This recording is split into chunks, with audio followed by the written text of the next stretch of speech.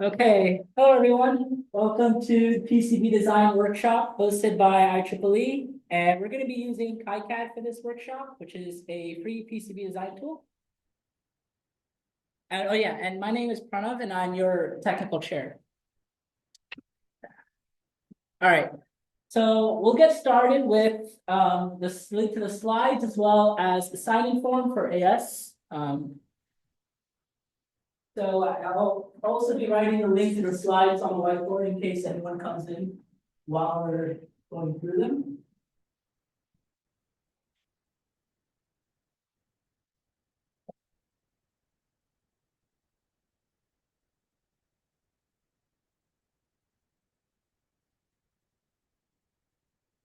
Someone test out, go to those links and make sure that they work. Oh yeah, and also please, everyone fill in this attendance form. This is necessary so that we can get food for our events. We appreciate it.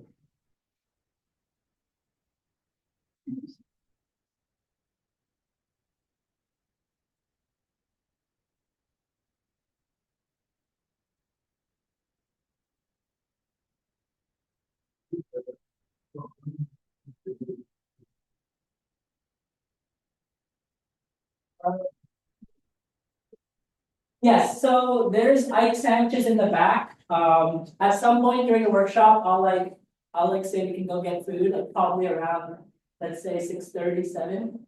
But yeah. Do you see our event on the yes form? Yeah. Okay.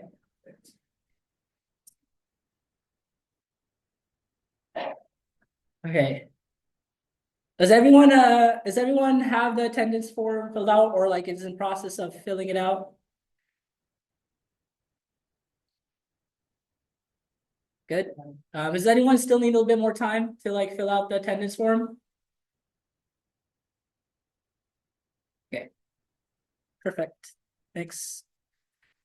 All right, so we'll get started by downloading KiCad since this will take some time. And while that happens, I'll walk through some circuit theory. So if everyone could please go to this link, this is just the KiCad downloads page and download the relevant version for your platform. Um, yeah, so I'm gonna stay on the slide for a couple of minutes. I'd also advise that you guys open the slides on your laptops so that you can follow along and don't get like kind of left behind if I do go a little bit fast. Because you could just kind of go back to the slide and see what I was talking about. So yeah, there is a bit.ly right over there. So I'd advise opening the slides and I'm just gonna wait here for a couple of minutes. Yeah, do you have a question? What? Oh, sure. Yes.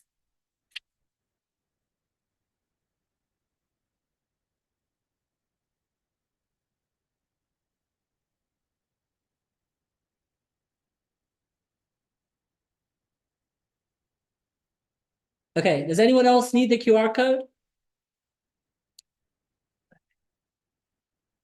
Yes, so, oh, hi, welcome in. So what I'm telling everyone is to scan the QR code or type in that URL into their computer's web browser, so they can access the slides. I would advise opening the slides on your computer just so you can follow along. There's some things I might go a little bit fast for you, but like if you have the slides, you can kind of read and like catch up. Also, if you could please fill in the sign-in form.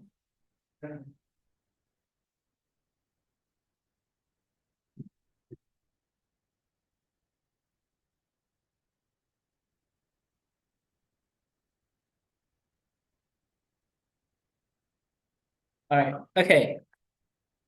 So yes, so is everyone kind of starting the download process? Yeah. You have a question? Yeah, so the food is Ike sandwiches. Ike sandwiches. We'll be like kind of letting people get food around like 6:37, and then we'll be probably still in the middle of our workshop at that time, but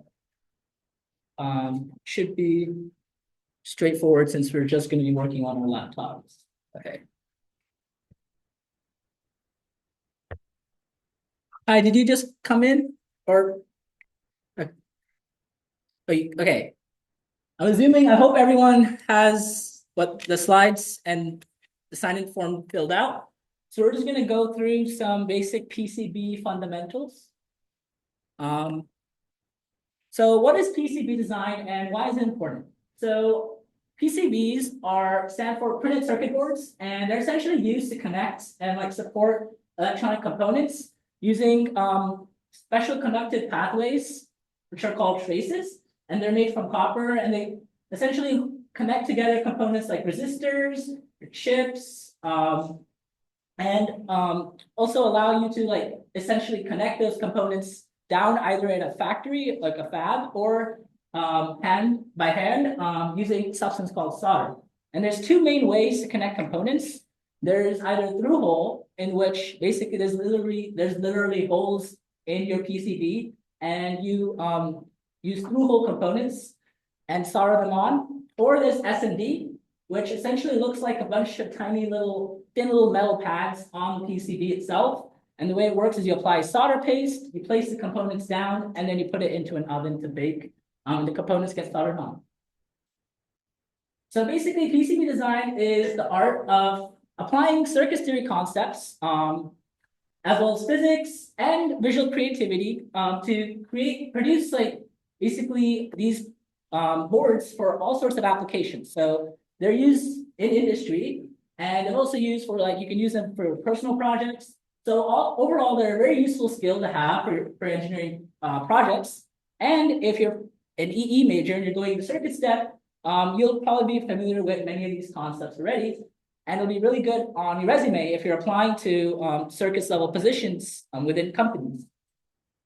So some tangential skills are circuits, already mentioned, soldering, like through hole and SMD, and reading data sheets. This is really important so you know how your components are placed, if they need auxiliary components like capacitors or pull-up resistors or pull-down resistors, and essentially like if you're creating the footprint for your components by hand, essentially the dimensions of the pads that you're going to create. So we're not going to be going into this in this workshop. We're not going to be going into designing components, but I have linked a video and we'll get to that a little bit later. So here's some common PCB schematic symbols. So in PCB design, there's two things that we work on. We work on a schematic. So that just gives us like overall higher level logical view of how everything connects in our system. And we work on the layout, which is kind of a more physical, realistic view. So in a schematic, we kind of have these like logical symbols to represent different components. You can see like, for example, diodes that look like a little triangle with a stick at the end. If it's an LED, it has a little arrow coming out to indicate light being emitted. You have like a little resistor and so on. So these symbols are kind of just good to understand, since when we work in the schematic, we'll basically see symbols that look like this.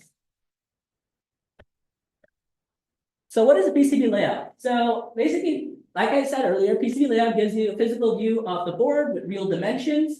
And there's two basic steps that goes into designing PCB layout. So first of all, placing your components on the board.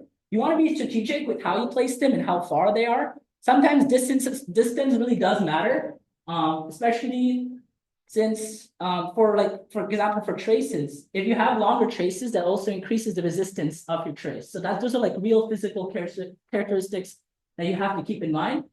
And then also routing. You want to make sure that your placement is done well so that routing becomes easier later on. Otherwise, you might hit yourself later. A good strategy is sometimes maybe simultaneously switching between placing and routing. Some people do one and then switch the other. Some people do both at the same time. It's really, I guess, up to personal preference. And essentially, one tip I would suggest is using something called a via. Essentially, so with a PCB, a two-layer PCB, like kind of the simplest PCB, there's a top layer and a bottom layer. And a via allows you to essentially route a trace from the top layer to the bottom layer of the PCB. So essentially that allows you to connect components together using both sides of the PCB instead of one. Why is this important? Well, if you have a lot of components on the top side of your PCB, it might be hard to place a lot of routes since those components will block you from routing. So what you could do is instead use the bottom for routing and then have a via that will connect that route up to the top layer so you can connect it to your component. And we'll kind of show this in the demo.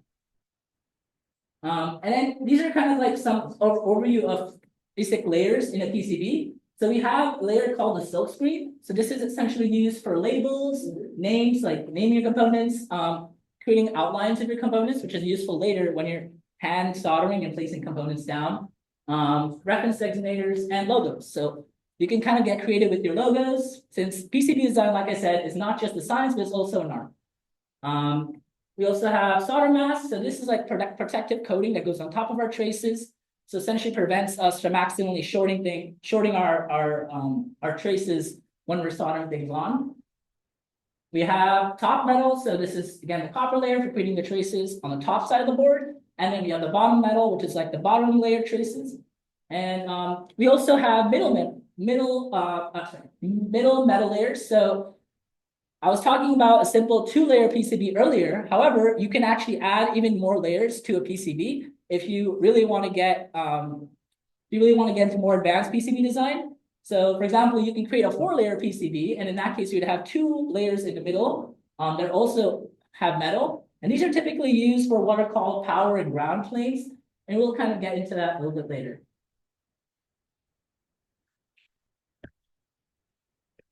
Okay, so let's get started with some basic circuits background.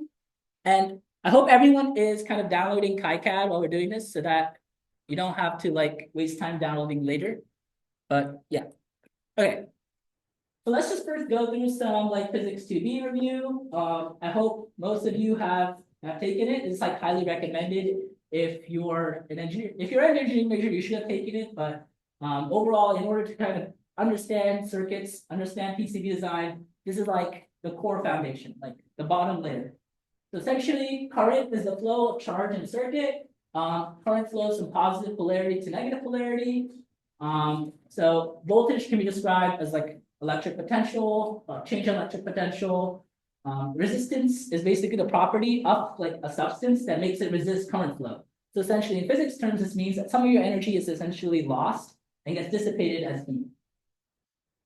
So then we're going to now cover basic, now we're going to get into circuits. So to kind of start, let's kind of cover the difference between shorts and holes, series versus parallel circuits, and AC versus DC. So it's basically a hole is any discontinuity in a circuit that results in an open circuit. So as you can see kind of a picture here, this is like a closed circuit. As you can see, current is able to flow from the positive terminal of the battery up to the LED, then down into the negative terminal of the battery. So it's completely connected and the LED switches on. However, if you have an open circuit, the LED is not able to switch on since current cannot fully flow. So basically a hole just prevents current from flowing and your components aren't switched on. A short, on the other hand, occurs when there's a low impedance path created in parallel with the intended load. So for example, if you have, let's say, a resistor in this circuit, but then in parallel with this resistor, you just have like a wire. This will essentially short the resistor and make it seem like the resistor never existed. So why is this dangerous? So essentially, this can damage electronics, which may have had like an impedance designed in place to kind of reduce the load on them. So like, for example, your battery was outputting 5 volts, but your component could not tolerate entirety of 5 volts. Or actually, usually it's more of a current issue, like your component is rated for a certain amount of current. And if you don't have the resistor there to reduce the amount of current going through the component, then the component can get fried. But yeah, essentially, yeah, examples like wire and parallel resistor, the wire shorts the resistor, so the net resistance becomes 0, and your component burns out. Then we also have like basic 2 laws, Kirchhoff's current law. So the sum of currents going into a node is equal to sum of currents going out. And Kirchhoff's voltage law. So the sum of voltage drops in a closed loop in a circuit is equal to 0. So this basically means that in a circuit with a power source and resistors in series, the total voltage drop across all your resistors in your circuit is equal to the voltage supplied by your source. So for example, in this case, the total, this is not exactly a good picture because typically we'd have like a resistor here, but we can assume, I guess, this light bulb has a resistor inbuilt. But essentially, with the light bulb, it's a diode, so there's a net voltage drop across the diode, and then the remaining voltage basically gets divided by the resistance of the resistor to kind of determine the current in your circuit. And then by the time the voltage reaches, or by the time like you're here, your voltage is 0. So like you start out with like, let's say it is 9 volts here. And here, like if you measure the voltage at this node, your voltage would be 0. Okay, so let's get into resistors. So again, this should just be review if you've taken like EC35 or EC65. But essentially, yeah, resistors are passive electrical components that create resistance in the flow of your electrical currents. And the resistance of a resistor is measured in ohms. And resistance adds in series. So as you can see here, they add in series. But there's an equation for determining resistance in parallel. But if you have parallel resistors, your net resistance actually goes down. But yes. So since we know the property of resistors is that they add in series, we can leverage Kirchhoff's voltage law to create what is known as the voltage divider. So what we can do then is we can split an input voltage source by desired ratio. And this is useful for applications such as a battery voltage measuring circuit. So essentially, we have our input source right here, and the input voltage gets divided between these two resistors. And then so you divide by these two resistors, and then that gets you the current of the circuit. Then you multiply the current of the circuit across the resistor that you're trying to measure the voltage at. So in this case, we're measuring the voltage at this node right here to get V out. And since we're measuring at this node, we're basically measuring the voltage across this resistor. So we just put that resistor up there, I multiply the current by it, and then that determines V out, the voltage. And it's like a ratio of those two resistors. So we can basically reduce our voltage and measure a specific fraction of our voltage. Another important thing to know about resistors when it comes to digital circuits, and this is also useful in PCB design, say you're working with MOSFETs, is what are known as pull-up resistors and pull-down resistors. So a pull-up resistor is essentially used to pull up the input of a digital gate. Like for example, if you're using MOSFETs, up to like 5 volts or whatever like voltage your power source is. And like one application is, for example, you're level shifting a 3.3 digital output to like 5 volts. Another type of resistor is like a pull down resistor. So this just depends on the placement, right? If the resistor is going into ground, it's called a pull up, pull down. If it's going up into like your 5 volts, it's a pull up. So pull down resistors can be used to pull down the input of your digital gates to ground at 0 volts. So why do we use these two? Well, basically, when we're using GPIO pins, if the pin is not actively being like in its on mode, it's basically in a floating state, and we could get like some unexpected behavior. So we mitigate this by using pull up and pull down resistors.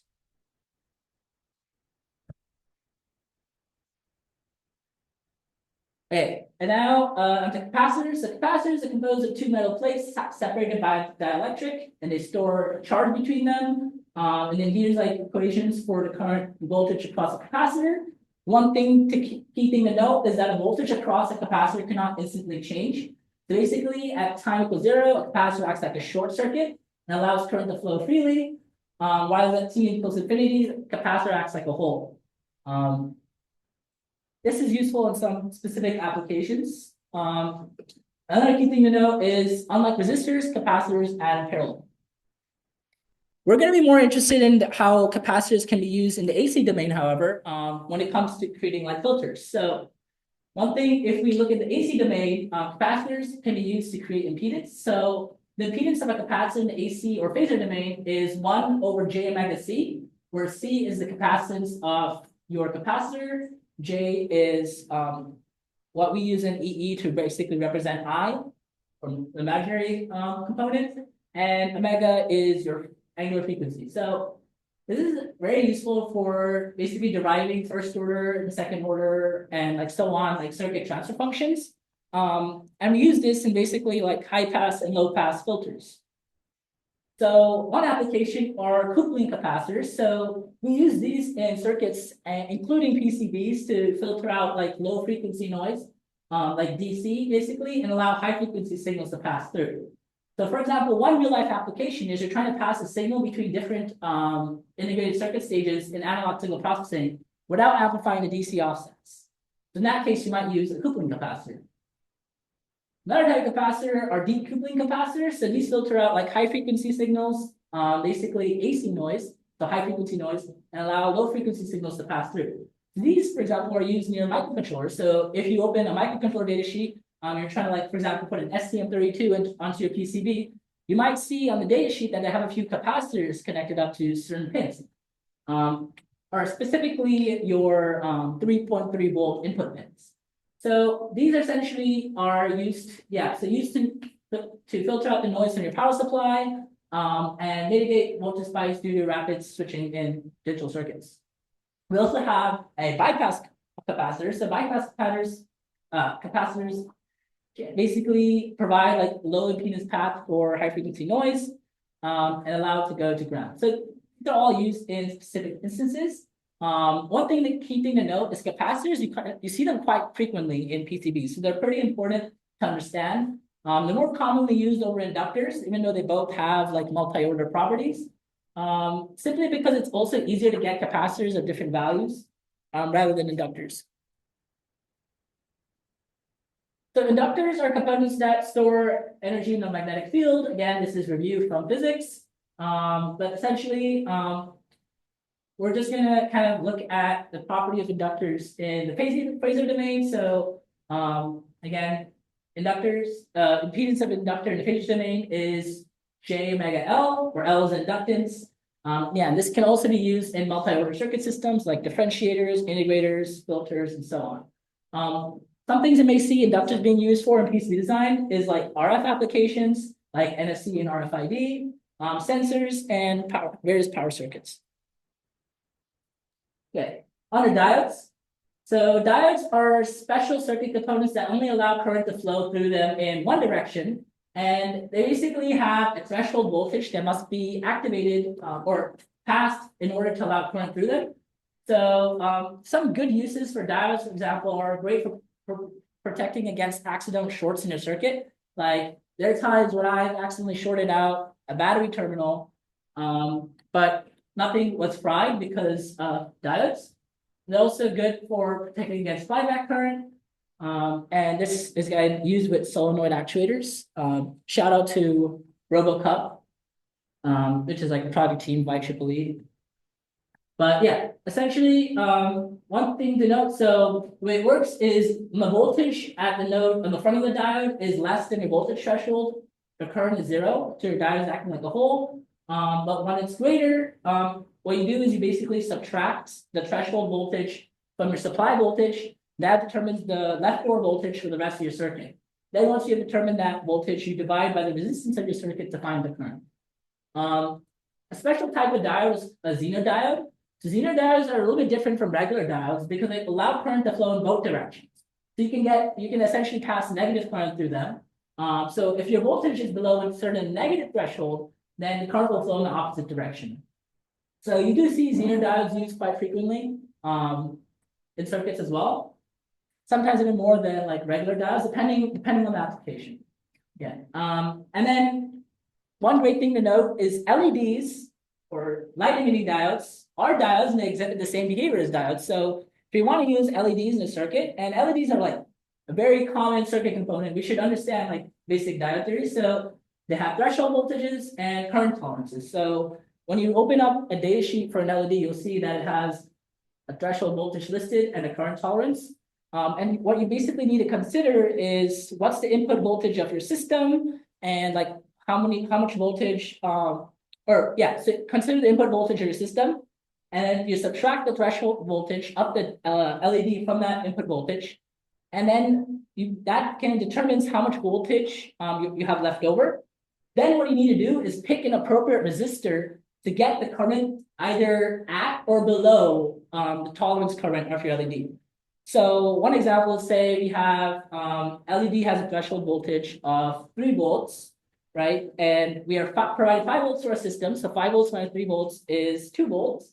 Then let's say the threshold current of our LED is 500 milliamps.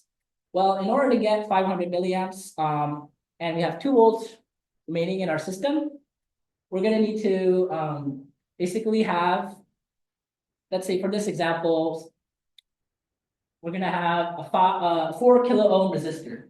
So 4 kilo ohms times oh sorry, no, it's 500 milliamps. Wait, let's say sorry, the threshold voltage is 5 milliamps. Okay, so a 4 kilo ohm resistor is gonna get us to wait, yeah. Oh, sorry. Wait. All right, wait. Actually, you might get if I wrote some words. Okay, so let's say starting over, we have 5 volts in our system, right? And we have 3 volt threshold voltage of our LED diode, and then we have 2 volts left over, right? And let's say our currents. So this is the max current we can have across LED. This is the tolerance current. So we do 2 volts divided by 5 milliamps, right? This gets us, so this gets us 0.2, oh, sorry, 0.4. And so yeah, 2 divided by 5 gets us 0.4. And then this is kilo ohms. So basically that equates out to about 400 ohms. So this is basically how we determine like the resistance like that we need. Like this is the, I guess, the lowest resistance that we can possibly have in our system. However, essentially, an LED will still work if you go below the tolerance current. So what you can do is, since this is not like resistors don't come like in like perfect sizes like this, like 400. They come in like little increments, like 100, 220, and so on. What you can do is try to find a set of resistors that'll kind of add up to like a value either at this or a little bit above this. And then essentially it's fine if your LED current's a little bit below. So this is kind of like the logic you have to work through. You divide by the threshold voltage, you get the voltage left over, then you try to find a resistance that's either at or above the like the minimum resistance that you've calculated. But yeah, it's kind of like the thought process behind picking a resistor for your LED based off the data sheet. But yeah, okay, we're gonna go on to next slide. Okay, so op amps. So op amps are basically like complex integrated circuits. Inside them, they're made of like many different components. But essentially, like the gist is that they have a differential input and an output, and you can use them if you've taken EC65 or EC100. You'll kind of have like a better understanding. I highly recommend taking those circuits classes to kind of gain a better background. But essentially, there's some like kind of principles behind op amps, like the virtual short principle, and you can kind of use these like kind of principles to kind of design systems.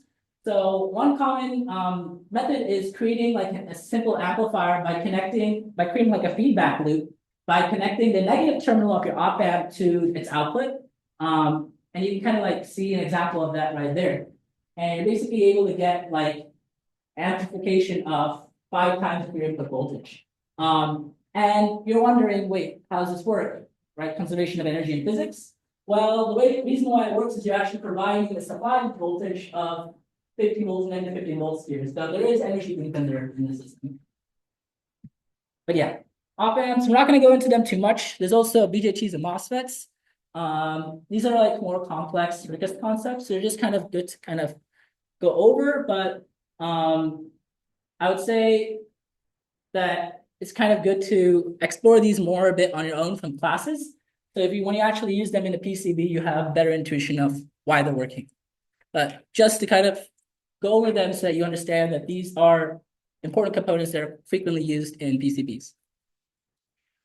There's also BJTs. So BJTs, also known as bipolar junction transistors. So these are basically the type of transistor that was more commonly used before MOSFETs became more popular. So they're useful for applications such as switches, amplifiers, and oscillators. So here's some like basic equations for an NPN BJT. So the way transistors work is we have NPN and we have PNP. So there's these are the 2 types of transistors that exist. And the way it works is, well, this again goes back to like physics, but basically, it's based on how you dope the material that you use within the transistor.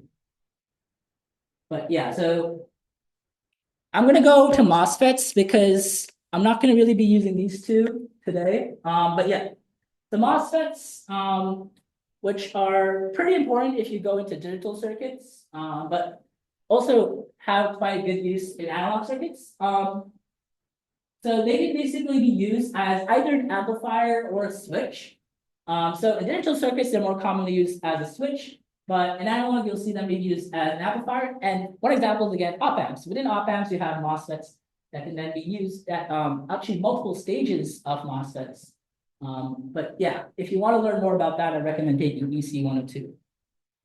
But yes, so essentially, we're going to kind of focus on the switch aspect of MOSFET. So when they're used as a switch, they can take in a digital signal as input. Sorry, I don't know why it says output, but essentially as input to the gate, determine whether current will flow through the MOSFET, which basically means it's on, or current will not flow through the MOSFET when it's in cutoff mode, and that means it's off. So MOSFETs are used in, like, for example, motor driver circuits. So the way it works is you send a pulse width modulation or PWM signal from your microcontroller to the MOSFET, and this basically switches it on and off and kind of sends current through into, or basically, yeah, allows current to flow for a certain duration of time through your motor controller and basically kind of sets the speed of your motor.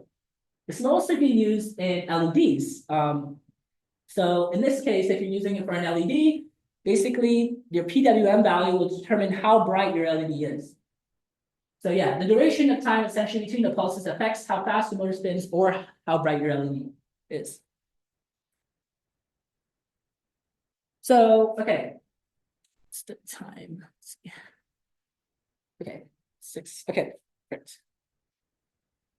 So these are some important like schematic shortcuts and tips for KiCad. I'll be using some of these when I kind of go through KiCad, but essentially you can use X to like flip any component like horizontally, Y to flip it vertically, R to rotate it like 90 degrees.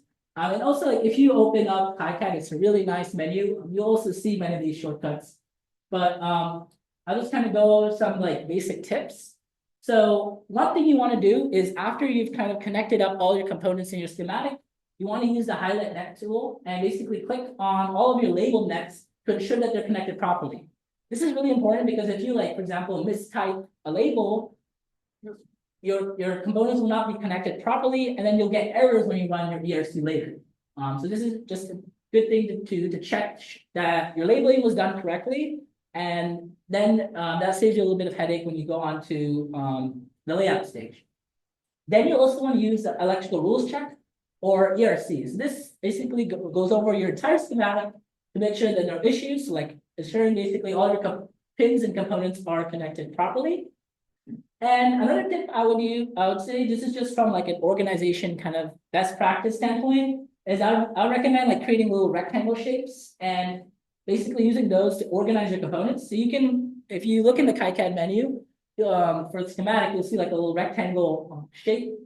And what you can do is you can create like rectangles for different sections and size the rectangles accordingly, and then kind of group components within those rectangles, and then use the text box to basically label what those components do. So like, for example, you have a group of components that are used for your motor driver. If you're making like PCB used for robotics, then you can be like, okay, this in the text box, you can say motor driver components, and then within that rectangle, you can have specifically only the motor driver components, and like other components like the microcontroller can be in their own separate rectangles. Some other conventions are like power symbol should point up while ground points down, and keep your components and wires aligned to a 0.05 inch grid. And here's some layer specific shortcuts. So one really important one is Control-Shift-M to get the measure tools. This is very useful for adding drawn measurements to your PCB layout. This is like really good best practice for design, making sure all your dimensions are correct.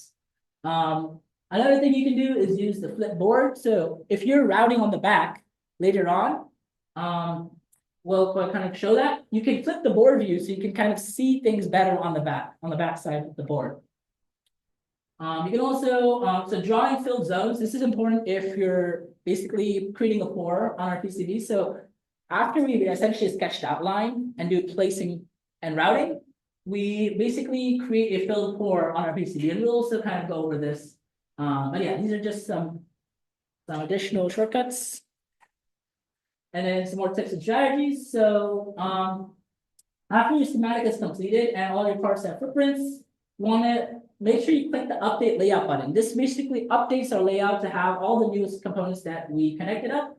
Another thing that we want to do is, so basically when you're starting out our PCB design, first thing we should do is try to think about, like, have a general idea of what the size and shape of your board is going to look like.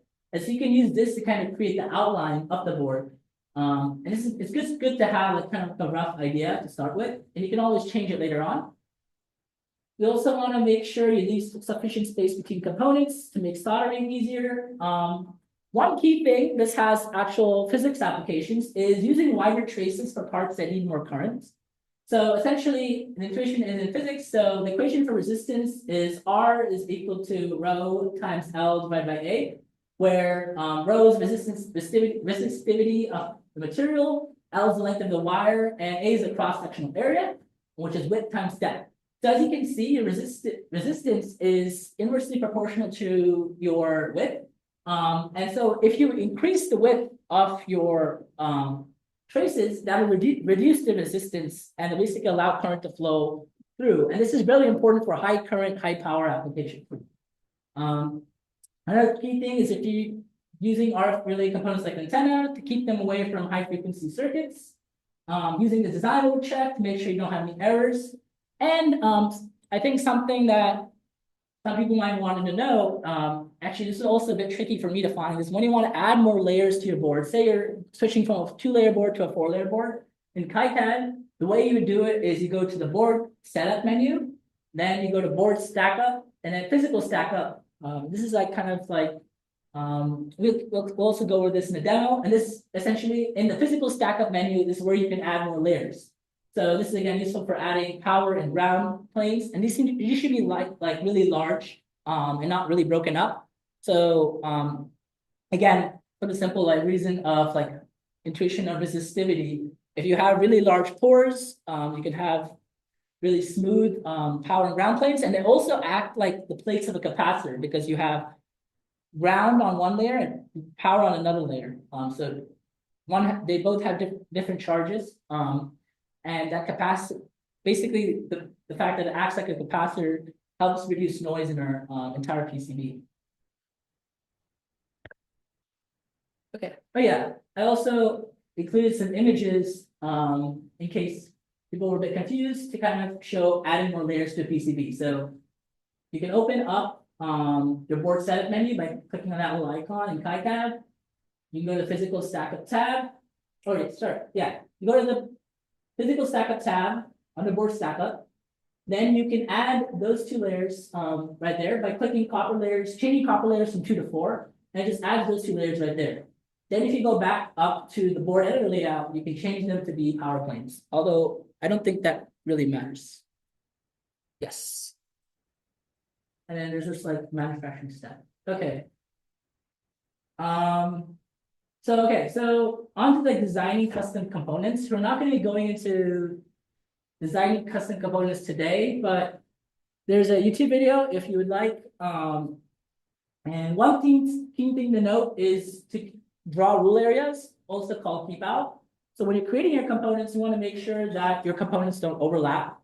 Otherwise, like future you is going to really hate yourself when you're trying to solder them on. But yeah, so you can use the keep out to basically keep components away from each other at a designated distance. So if you use a keep out, essentially if a component is within the rule area of another component, when you actually place and route them, and you run the design rule check, it'll flag an error. Also, make sure your keep out is in alignment again with the 0.5 mm grid, and set it by 0.1 mm to avoid overlap between components. Another key thing, good practice, is for polarized components, for example, diodes, right? Where like one side of the triangle is positive, the other side is negative. Make sure to mark the term. So if you go to the data sheet, you'll see one of the terminals marked. you basically want to match the data sheet. So the terminal that's marked is also called a distinguished terminal. And whichever terminal is marked on a data sheet, you also want to make sure you mark it on the layout. So the actual device will also have a mark in this location then when you're soldering it. And it'll be really easy because on your silk screen, you'll have a little mark on your manufactured PCB. You just align the two marks together and solder your components on. So I'm going to kind of go through a little walkthrough of creating like an RGB LED circuit. So this is like similar to like the circuit I actually made this past fall when I was working on a PCB, but this was in Fusion for Eagle. And I use like a common anode RGB LED. So there's two types of RGB LEDs. There's common cathode, which so basically the difference between anode and cathode. Anode is positive terminal, cathode is a negative terminal. Just some terminology. So a common anode RGB LED, the positive terminal is shared and fed with like your 5-volt input or whatever input. And then basically like the negative the current flows out of like the RGBs. So like here, and you have 3 RGBs, and then it flows to the resistor.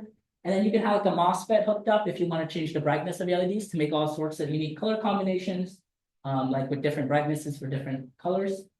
And then it flows out into ground. Common cathode, it's the other way around. So the ground terminal is shared. So that means your MOSFETs and resistors go at the positive terminal of the LED. And yeah, you can basically use a MOSFET with a pull down resistor at the gate to drive your LED brightness using pulse width modulation. And yeah, I'll be getting into that. So here are a couple of links that I used. So I just imported some footprints to help make just my design easier. So these are 2 links. So essentially, this link. So if you open up KiCad, I'll also show you how to do this, but you can import, basically you can import footprint libraries. So the top one is for importing the footprints for the RGB LEDs, and the bottom one is for the MOSFET. I'll show how to import both, but yeah, so okay, this is after the walkthrough. Okay, so I'll be opening KiCad right now.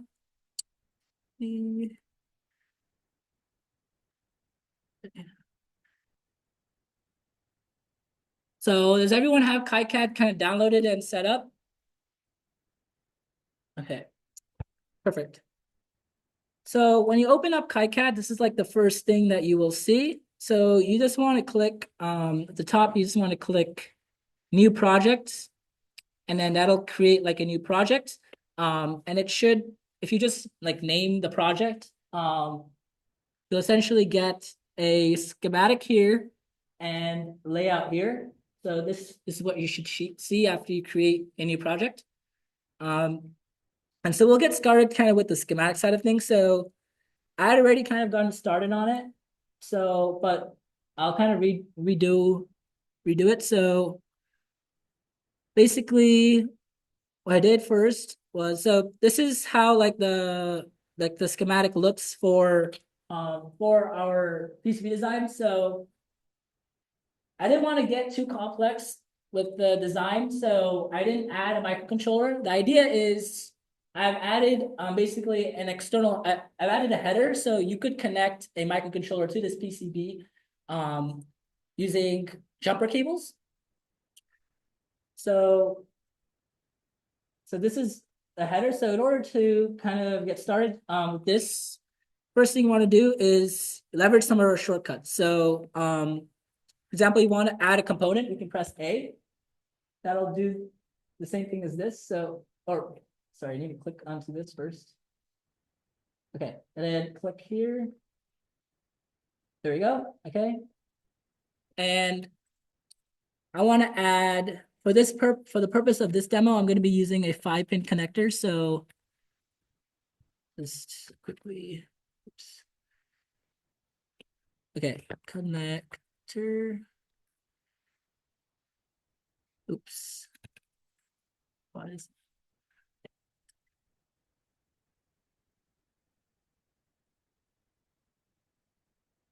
Okay, so yeah, so this is basically the component. I'm going to click on this, and I'm gonna place it right here. So that's done. And then I want to create, so I want to have 4 RGB LEDs on my circuit, and they're all going to have like the same color at the same time. And the way this is going to work is each LED, each like color of LED, like so in RGB LED, we have 3 different colors, red, green, and blue.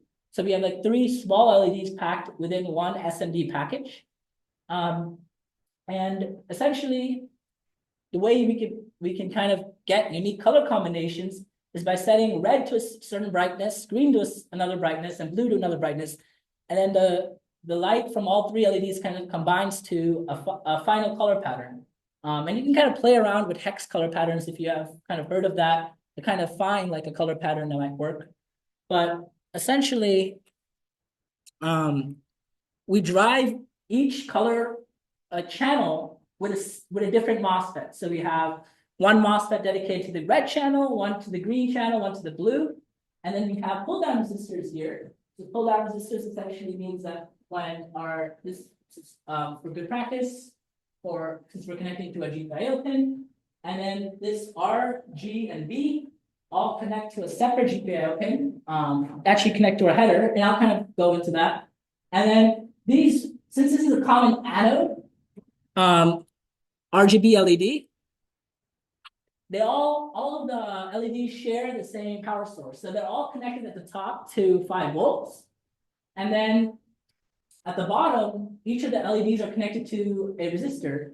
And this resistor essentially, like we kind of determined here, is used to determine, is used to assure that the threshold current for each of the LEDs within the RGB LED package is not exceeded.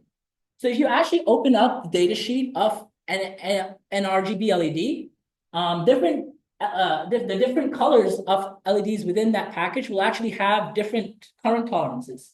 That's something you need to keep in mind.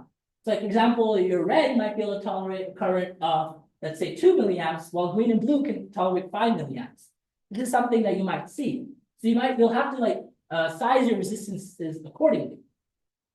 And the way we calculate the resistances when we're doing multiple LEDs like this is for each channel, we're gonna say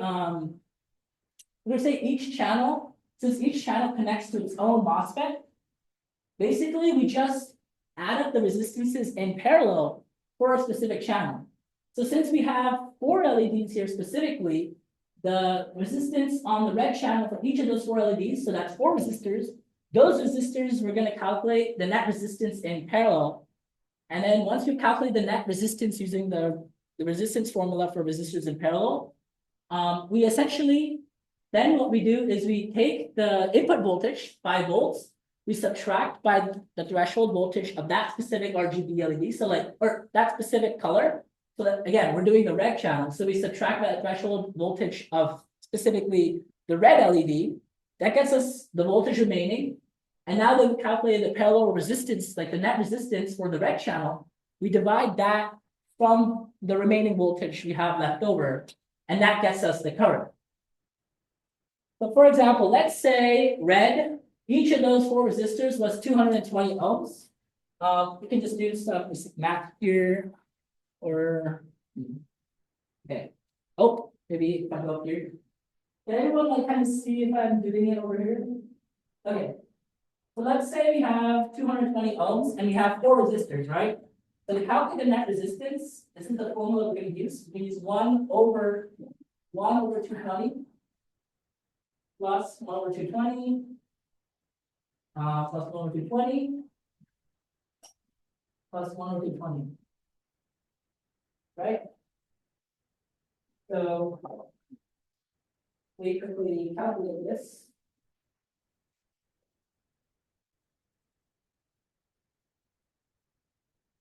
So, and then we divide that by 1. This gets us 55 ohms. Right, so this is ohms. Okay. So that's like basically the net resistance on the red channel.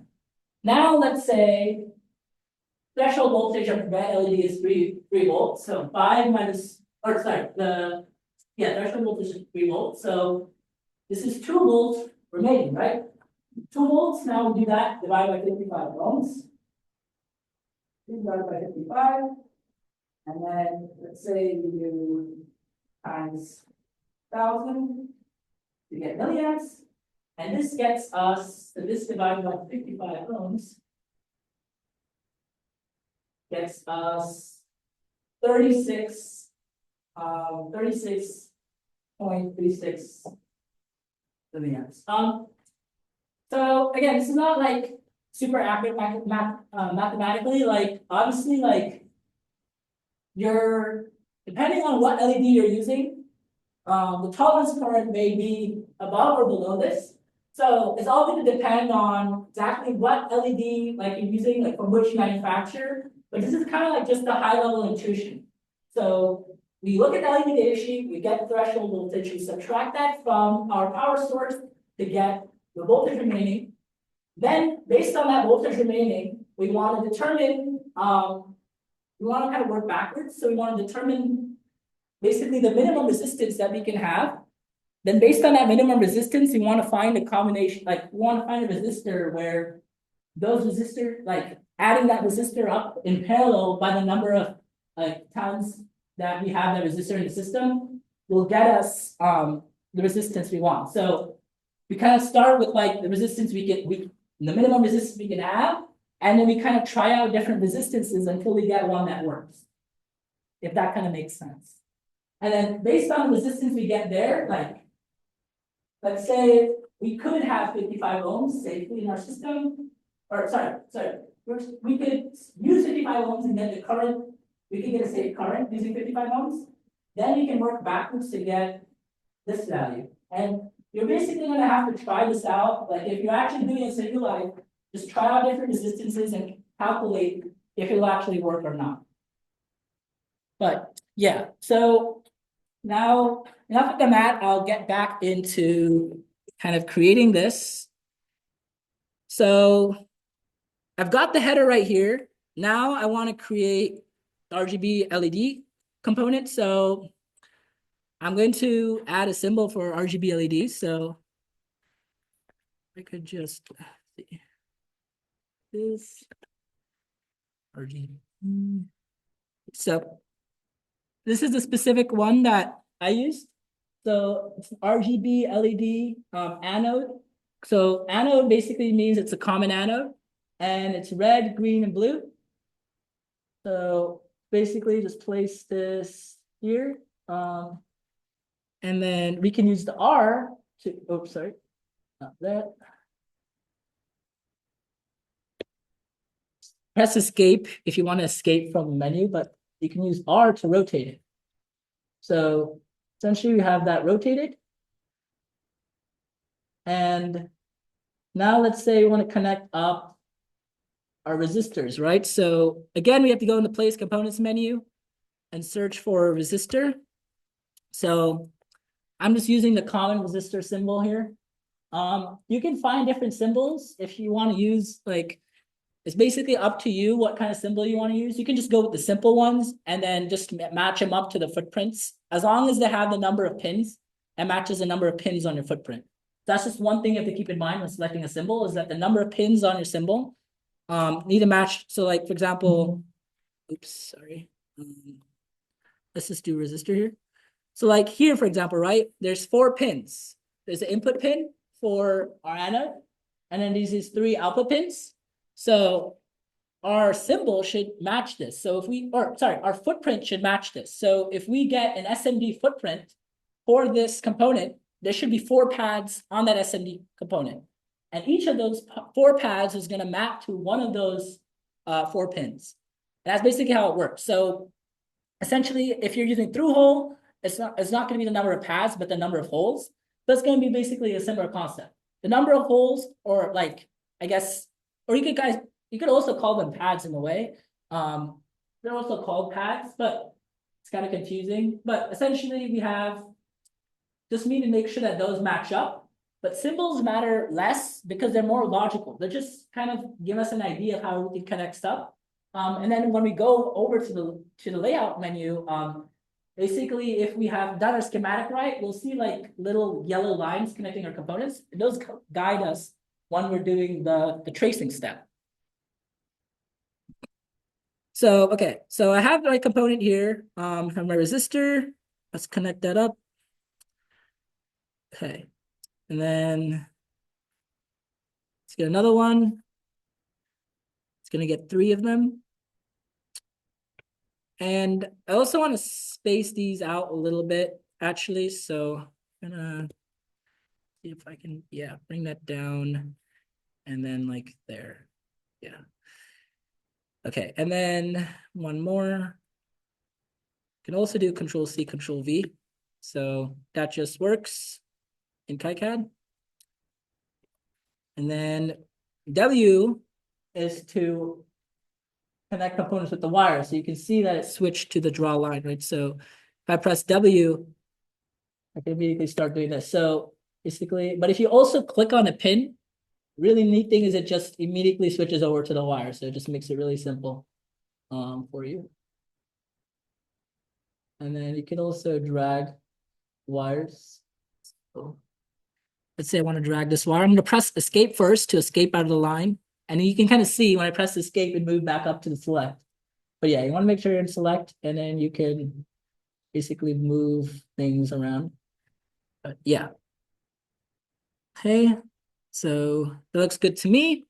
So I have my 3 resistors here. Now I want to add 5 volts. So because we're not actually including like a battery or anything in this schematic, we're just going to use a simple label to denote 5 volts. So the way we can do labels is we just press L. So L creates a label, and then we can just type 5 volts right here. And that creates our little label, and you just place that right there. And then we can press W to create a wire. Here we go. Oh, did not connect. Okay, there we go. So 5 volts is connected, resistors are connected. And then how do we connect our resistors to our MOSFETs without creating a huge mess of wires? Well, we can use another label. We can use labels again. Labels are a great thing for keeping your schematic relatively mess-free. So I highly recommend using labels wherever you can. Basically just allow us to create wireless links between our components. So I'm gonna do L again, and then red, right? Red. Interesting. Okay. Oh, sorry.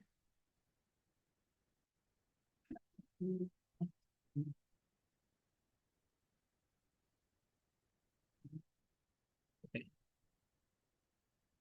Okay. Let's do red. Okay. Red. Okay. And then I'm gonna do L again, green.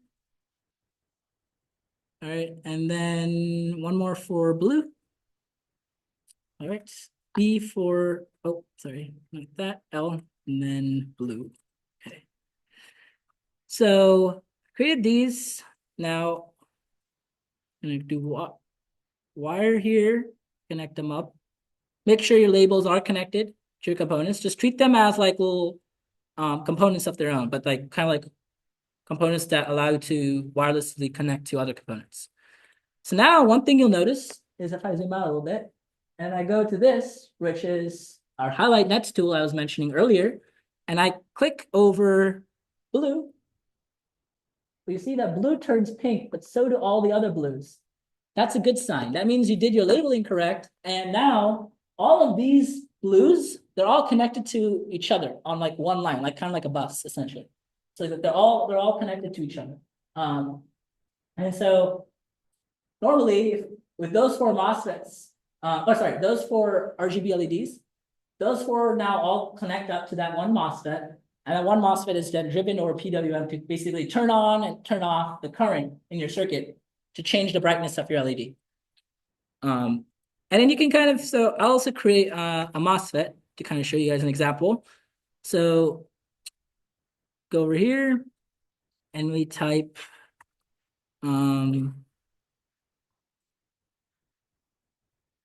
So I used an NMOS. Commonly, NMOSs are more commonly used over PMOSs. So I add the component, then I add the label, and connect it up.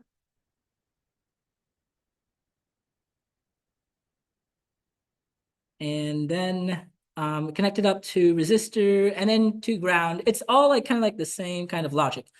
But I'm just going to show again connecting it up to this. So with this, I did kind of like the same concept. I just created labels. So for this, so basically this connected up to RG and B. So RG and B are basically the digital signals that we use to drive the gate of our MOSFET. So this is a 3.3 volt output that comes from your microcontroller, like a logic high or logic low, to drive your MOSFET. And basically PWM is alternating logic high and logic low for certain duration time. So like based on your pulse width. So if your pulse is really like width is really long, that means you have logic high for a long period of time and then logic low for a long time.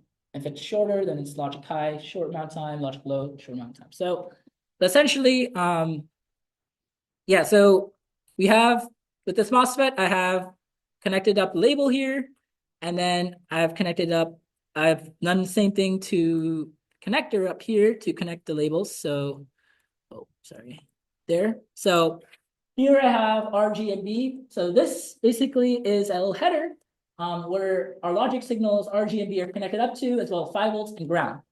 So now what we can do is if we had, say, an ESP32 or an Arduino, we had a 5 volt output from a GPIO output from the Arduino. We had a ground GPIO output, and we had 3, let's say, digital pin outputs.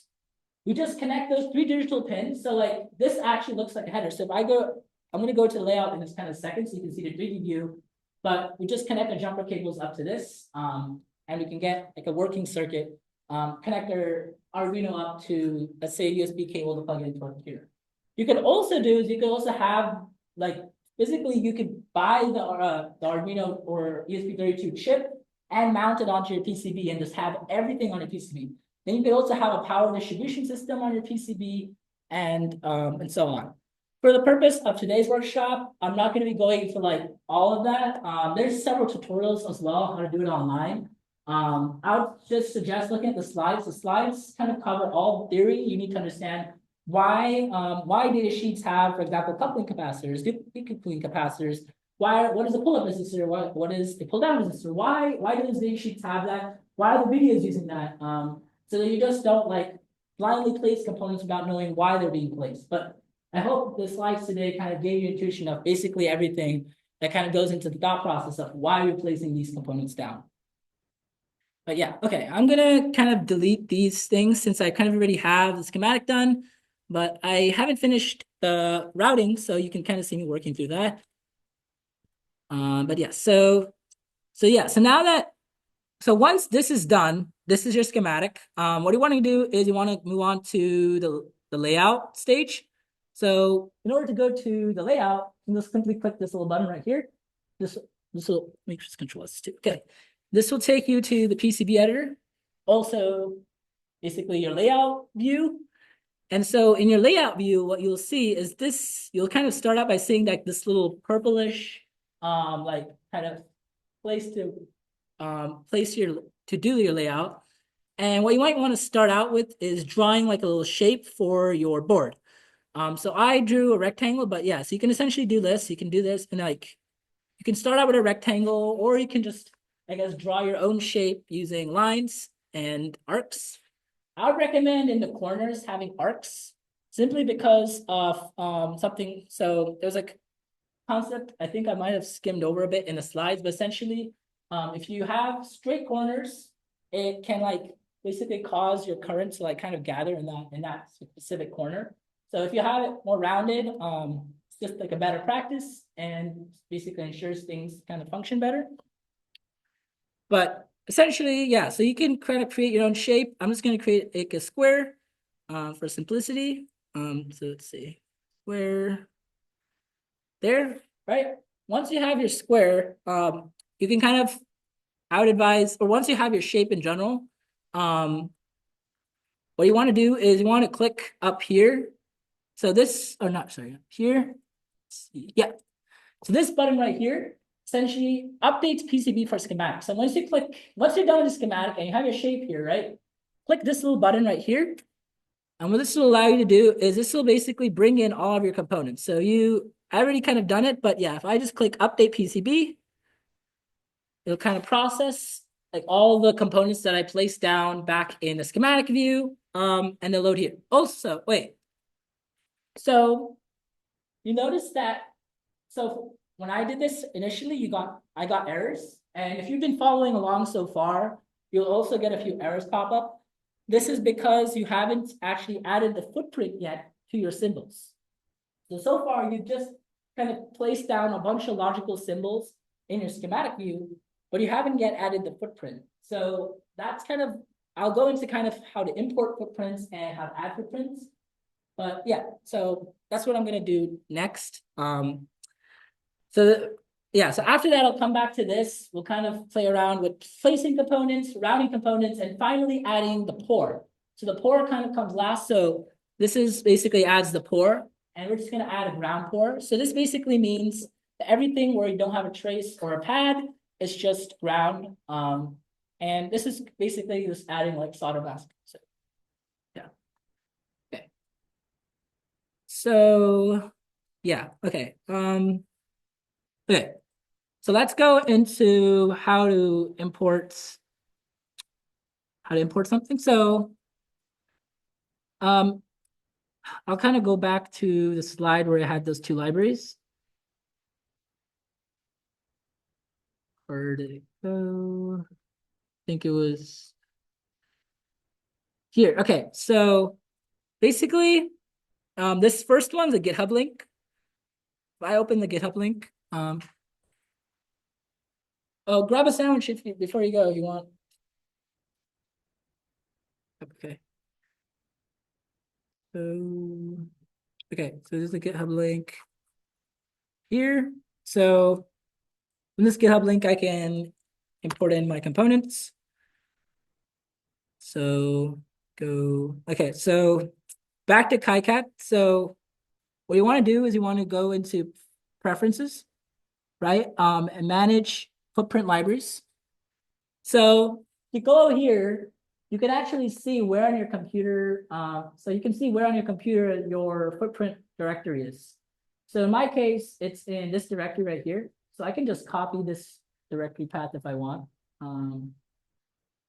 See if I control C. And then what you want to do is you want to navigate to that plate. You want to navigate to that spot on your computer to git clone the footprint library. So this is how we're gonna basically download those footprint libraries into KiCad.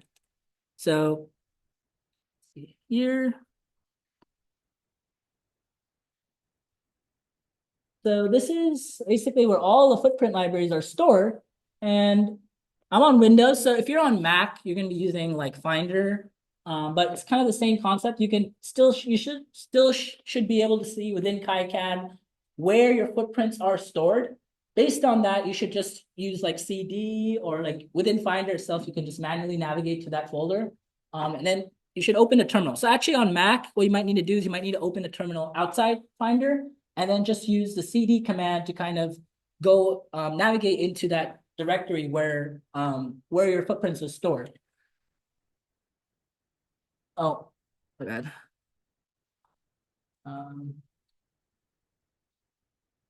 So yeah. So we open footprints, and then what we do is oh, nope.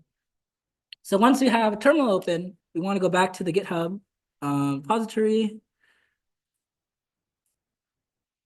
So this is the GitHub repository. It's going to copy this link right here. And then go down, go back. Okay.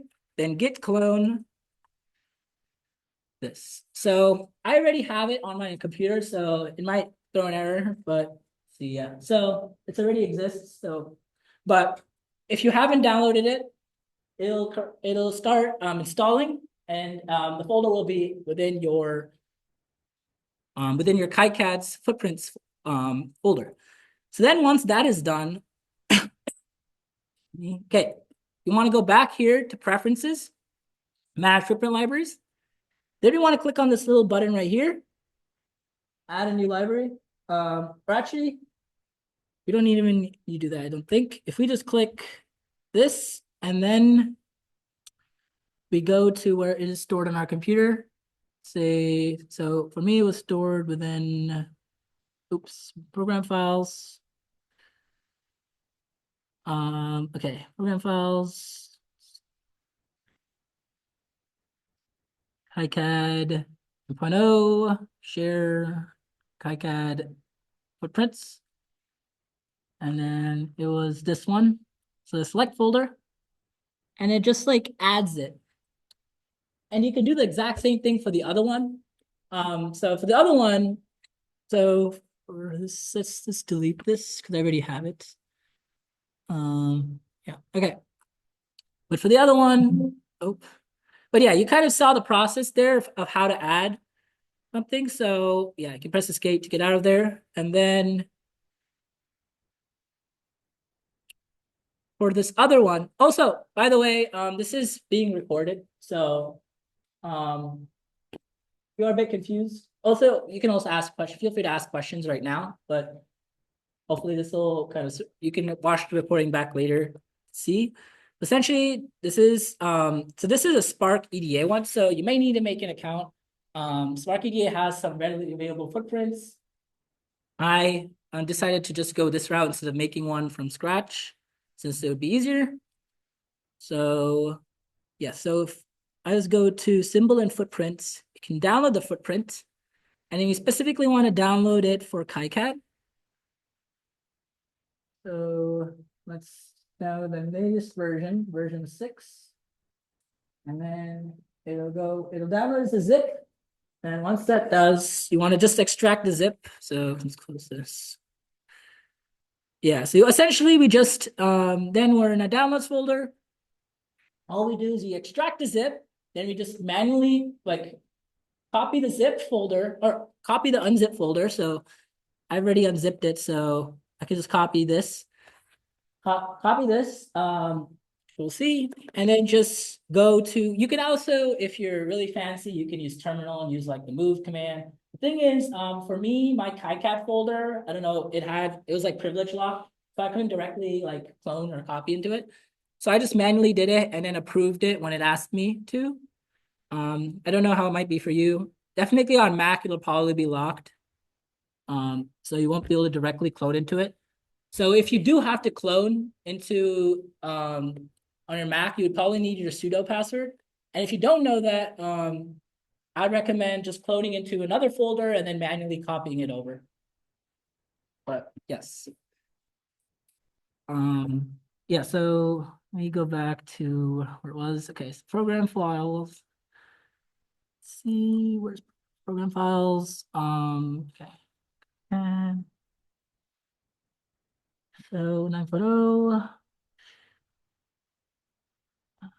footprints, and then Control V, and then yeah, I could continue.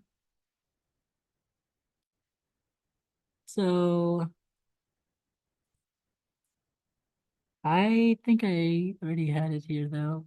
Not exactly sure. Okay, yeah, but or for me, I didn't do it this way. I just like directly did it from that. But essentially, yeah, you can just do the same process to add the footprint.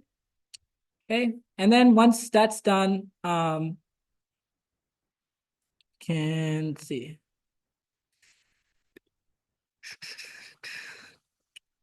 All right.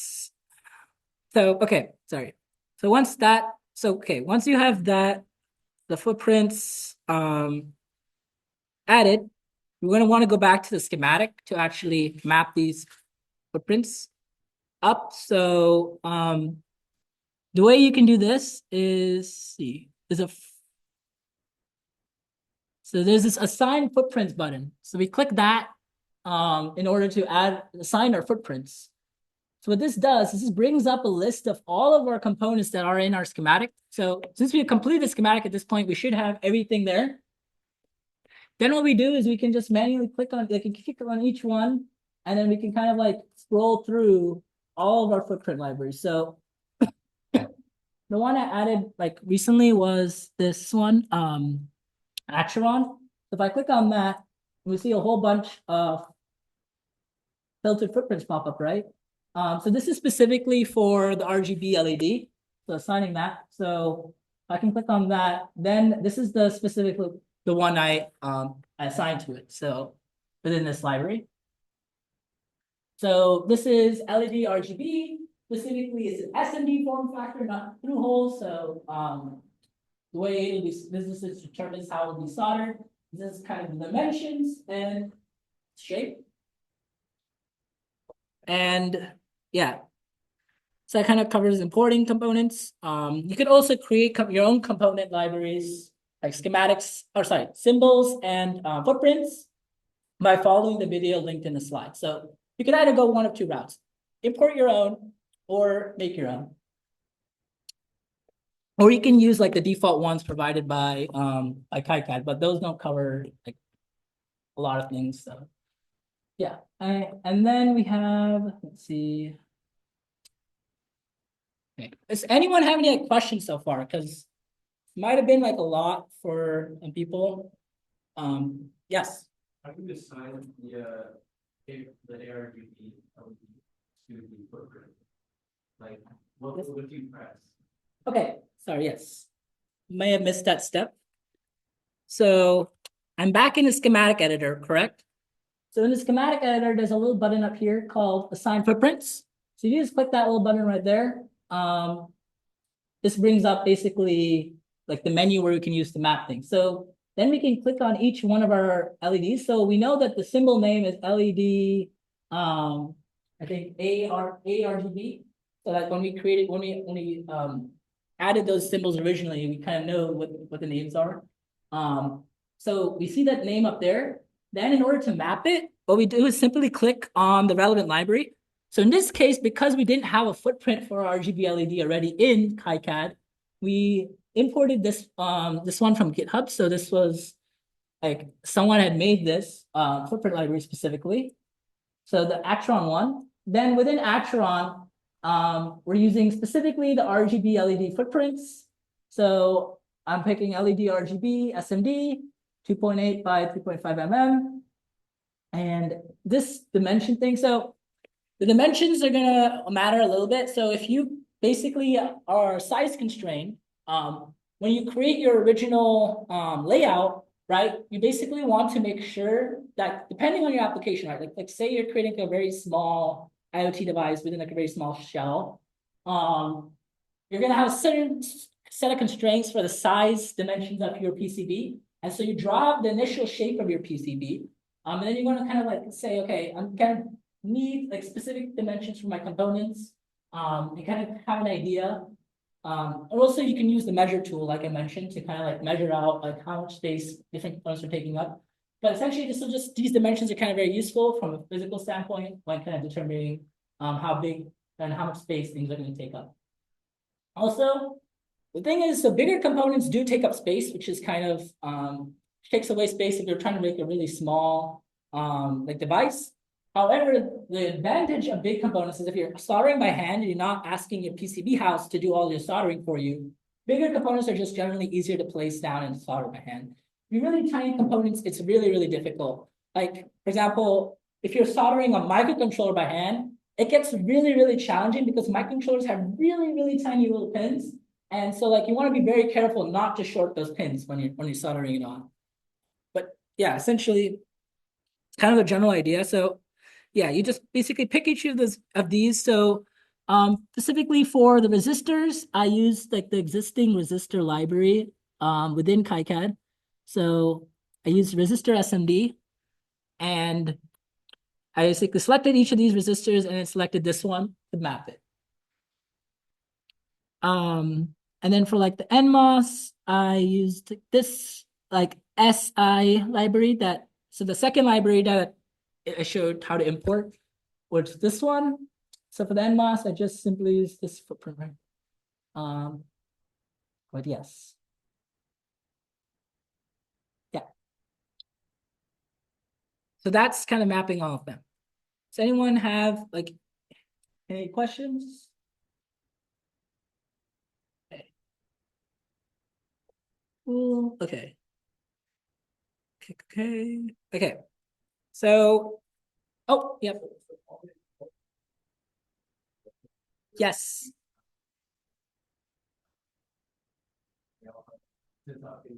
Yep. In order to get started with placing and routing, the middle step between creating our schematic and getting started with layout is mapping all of our components to a footprint. So making sure everything has a footprint first.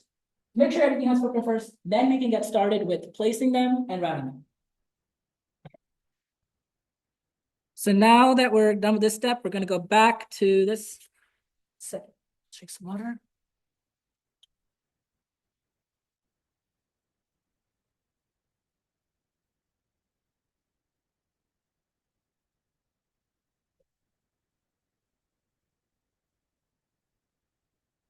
So yes. So okay. So once all of your footprints have been kind of are done being assigned, you want to click update PCB from schematic. And what you should see is it should say like where it had errors before, it'll now say processing symbol, processing. And you just click, yeah, and that should happen like after you click update.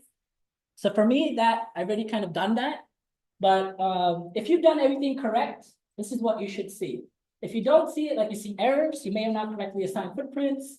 Also make sure when you first created your schematic, you did the ERC check and everything passed. Those two things should be satisfied before you're at this step. Okay. Okay. So now we're here. And we kind of, when we first kind of get all of our components in, they're all like bunched up. So you immediately want to start like dragging them around, kind of moving them around.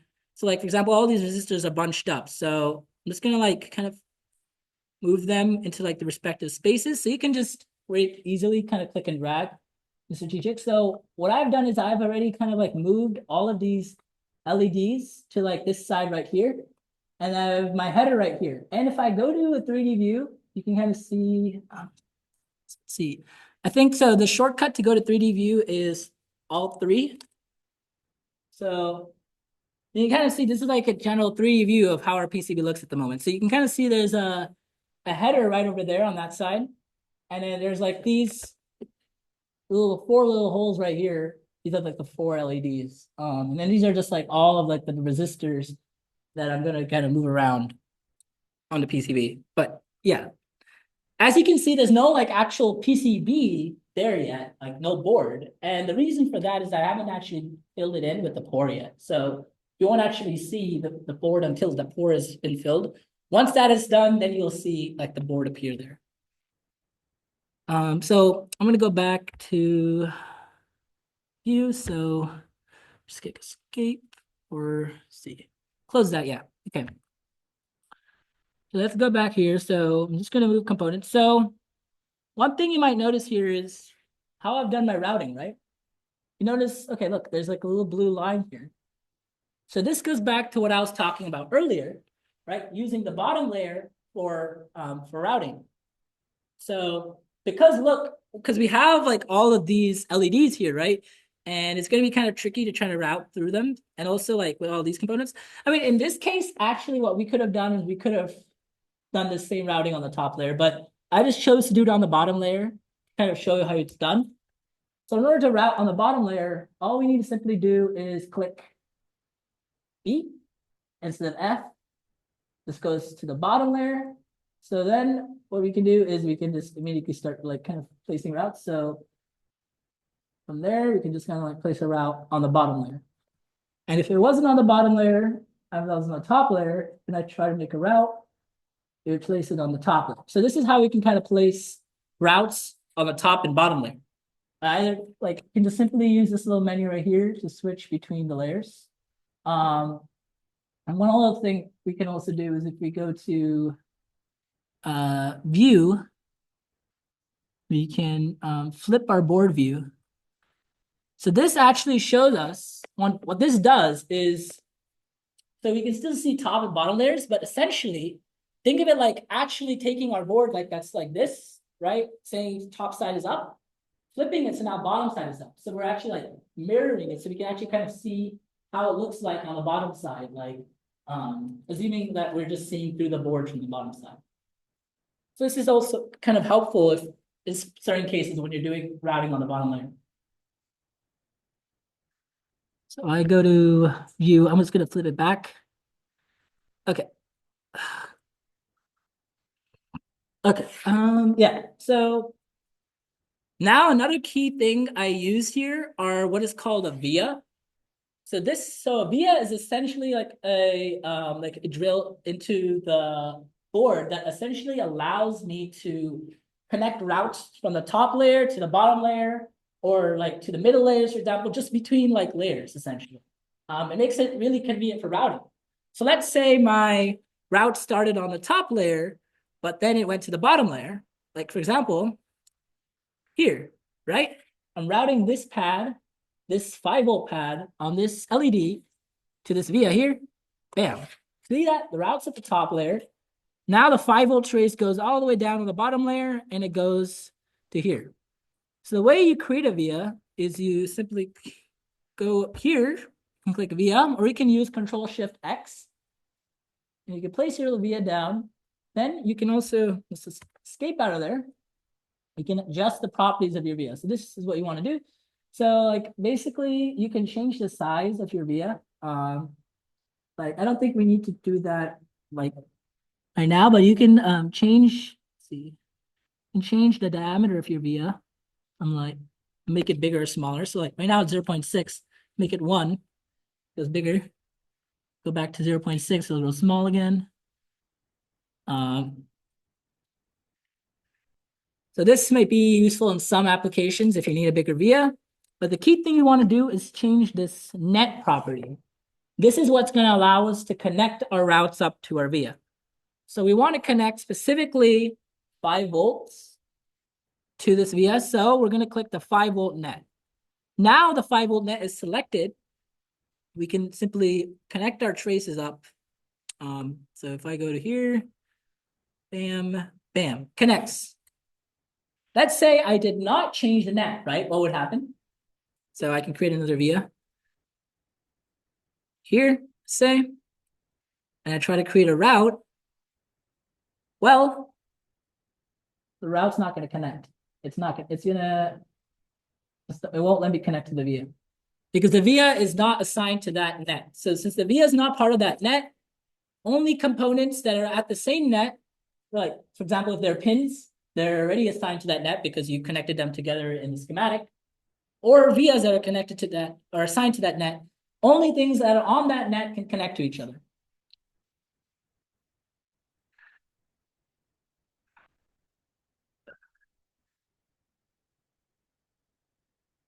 So yeah. Does anyone have any like questions about that and kind of like how to do routing? So like basically by placing a via down and assigning a net, the via works at all layers. So this vias are not connected to the top layer, at the bottom layer, but I can also connect it at the top layer. Like just add a trace here from here to here, say. So the via allows me to connect both routes at both layers essentially. And the great thing is about routes in the bottom layer is they don't interfere with your component pads. So yeah, does anyone have any questions?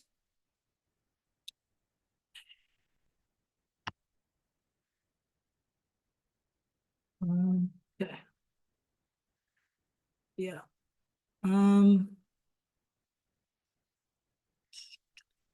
Oops.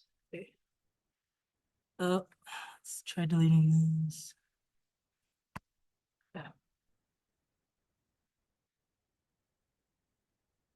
Yeah. Okay.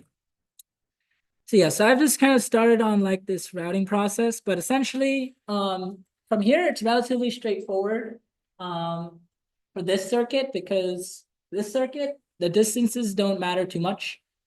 For certain types of circuits, like for example, circuits with really high power and where like motors, for example, where you want to when you don't want to expend a lot of your incoming input power, you want to keep traces relatively short.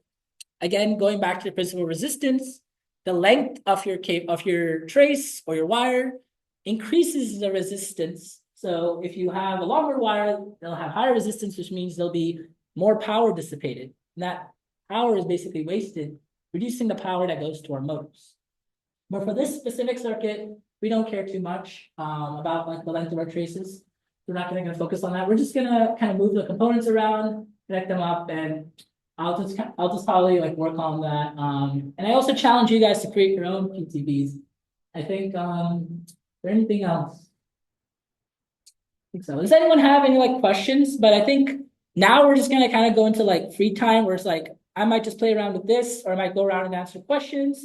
I'll challenge you guys to make your own kind of PCB designs. And if you have any questions while kind of making your own design, feel free to ask.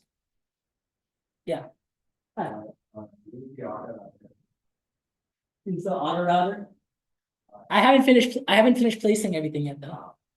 I think so. If you do want to, you brought up a good point. If you do want to avoid the hassle of routing, I recommend you still route some things by hand because sometimes you might need to also adjust the width of your trace. So I think another thing we covered back in the slides was having wider traces for higher power.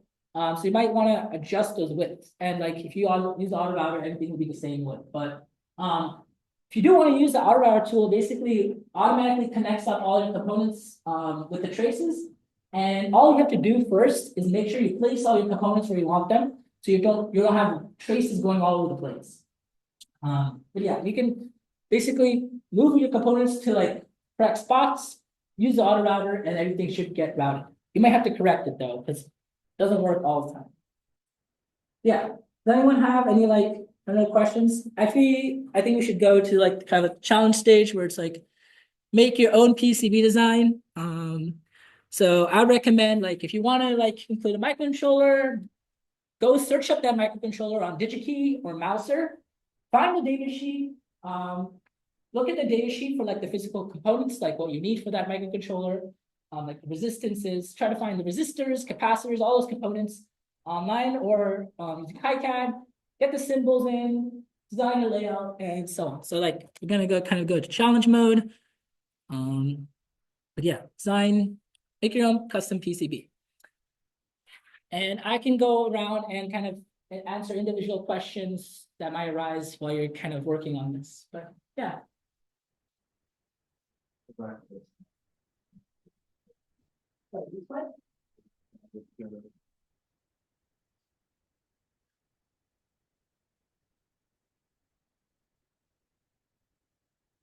Oh, yeah, so let me just move this.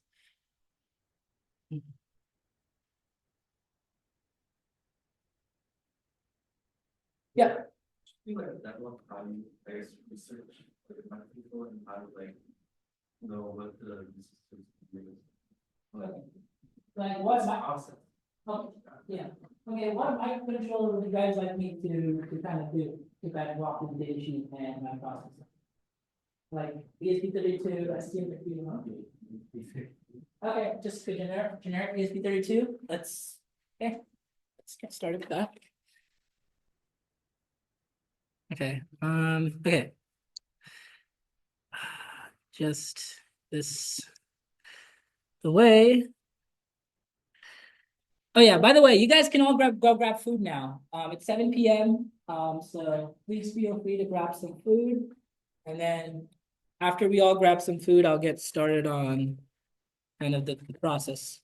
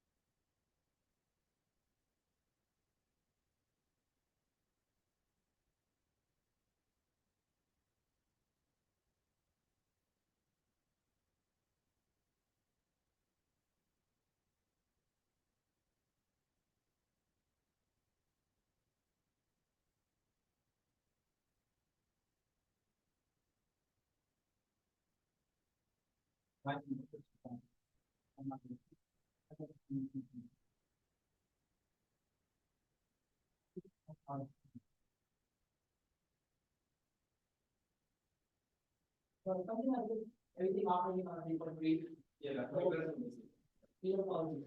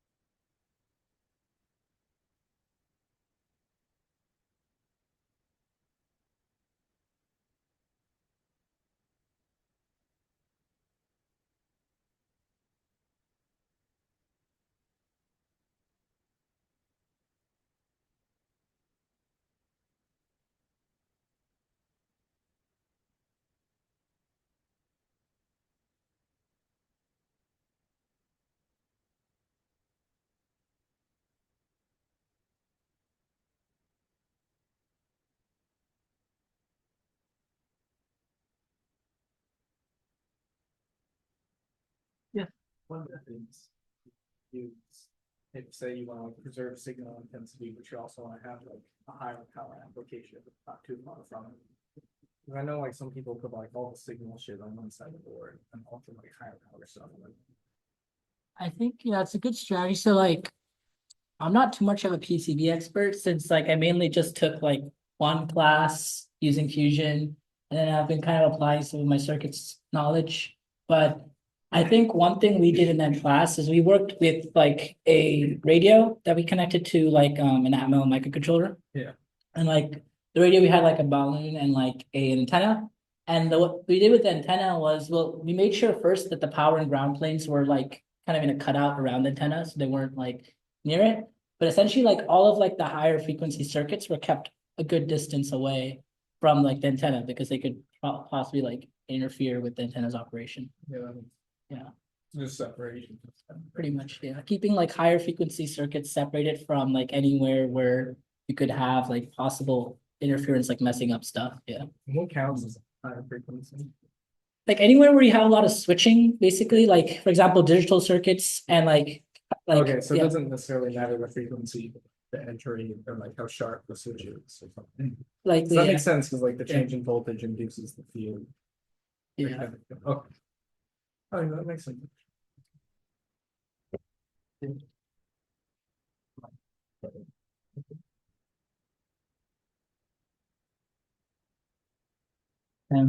So I pulled up a picture. Oh, sorry, but I pulled up PDF of the ESP32 data sheet. So this is for the standard Room 32 microcontrollers. So essentially this kind of gives us a whole bunch of kind of information. For example, like, power supply, what is like the max rating, tolerate, the minimum current. Um, so like Wi-Fi radio, for example, like that. If you're actually designing like a whole system from scratch, like you might want to, like if you're on the RF side, like, IoT side, you might want to look on these specs. Powering on the power side, you want to look at these specs. But what we're gonna look at is, yeah, so like this is good enough if you're on the RS side. What we're gonna do, so this is useful when we actually create our PCB and get it fabbed and we're soldering our components. This is like kind of some information on specifically the microcontroller component. It's like kind of the soldering information. But we're gonna mainly be looking down at schematics. So as you can see here,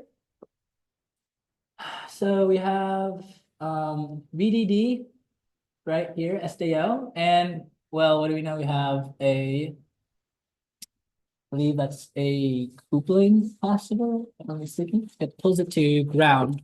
So we have, yeah, so on all of these VDD connections over here. So yeah, this is, I think what is this? Oh, this is our SPI flash. So essentially, the way it works is on ESP32, we have an external memory that we can store data in. It's called flash memory. And we write that using a protocol known as SPI. And basically uses 4 pins. So there's a clock pin. Is this? Yeah, so you have your chip select pin, you have your clock pin, and then you have data in, data out. Also known as MOSI and MISO. So again, it's archaic terminology, but master out, slave in, or master in, slave out. But yeah, that's basically, we write to this for using SPI. And the power around, like every component has that power. It's just basics of EE. But essentially, we have, yeah, so we have a microcontroller connected over here. And then, yeah, so these are like kind of how everything kind of connects up. So over here, this is our radio. So low noise amplifier in, LNA connects up to the antenna. This is antenna like that goes out of the board. Now we like actually send data out physically. I believe this is an inductor. Yeah, this is an inductor because you can see the units right here. Henry's. You have an inductor, it comes with 2 capacitors. So this is creating likely some sort of filter. I'm guessing since it's a low noise amplifier, what we're doing is we're filtering out, yeah, we're filtering out, it's a low pass filter. The low pass filter make more sense? Huh? Right here, for an antenna, for a low noise amplifier. Like, You want to look past it, right? yeah, so I'm guessing, yeah, this is probably doing some sort of low pass filtering. But yeah. So yeah, we have low pass and then we have coupling capacitor. So everywhere we have VDD, that's like the key component. That's where our power is. We have our coupling capacitor. So or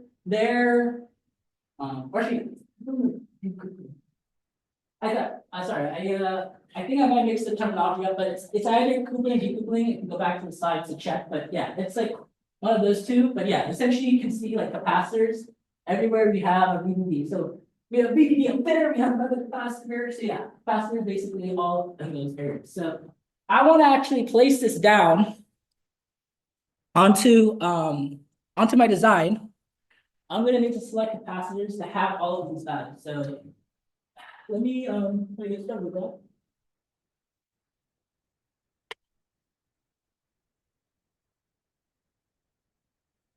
So I think KiCad actually already has a schematic or a symbol for the ESP32. So if I go to KiCad, open that up here, and then I import in the symbol. Let's see, file, symbol, or sorry, not this, sorry, add, and then add a symbol. Search up ESP32. This is, we want to use the RIM32, right? Now, the RIM32 So let's do that and side by side with this. So we saw that on um, see here, pin 26, your VDD, right? So I1 and I02. Let's just make sure this matches up first also. So let's see. TX, RX, the TX and RX should definitely match up, so we can kind of use that to verify. See where's okay, we have see. Okay, so we have serial data in and serial data out. So MOSI and MISO. This is our SPI pins, so 32 and 33. And that should match up here as well. Okay, does not, I don't know if this is the correct footprint, or sorry, correct symbol.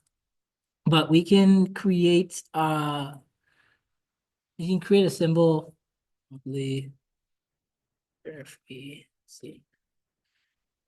No, why is that one? Is that the right one? Let's see. Okay, well, doesn't look like the right one. So we're actually gonna do is we're gonna try to import Expressive's own symbol library or schematic library. So let's see. ESP TriCAD.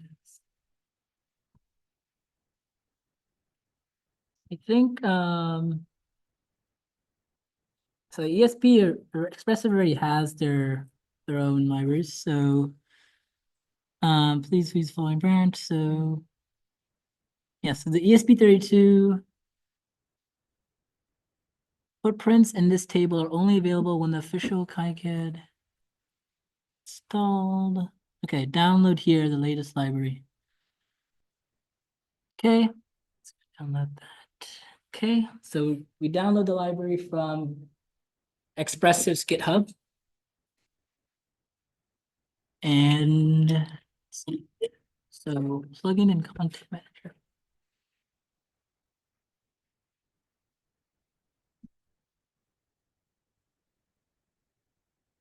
Okay, so where's that's gone. Okay, so we should be able to, we should open up File Explorer and extract the download.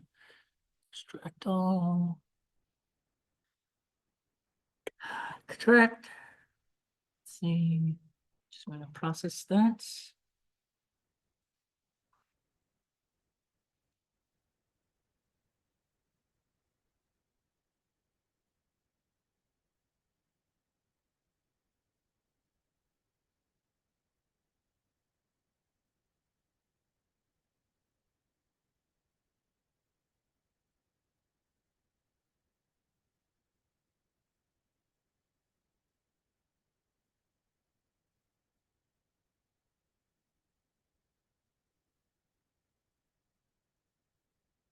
Okay, so we have this downloaded.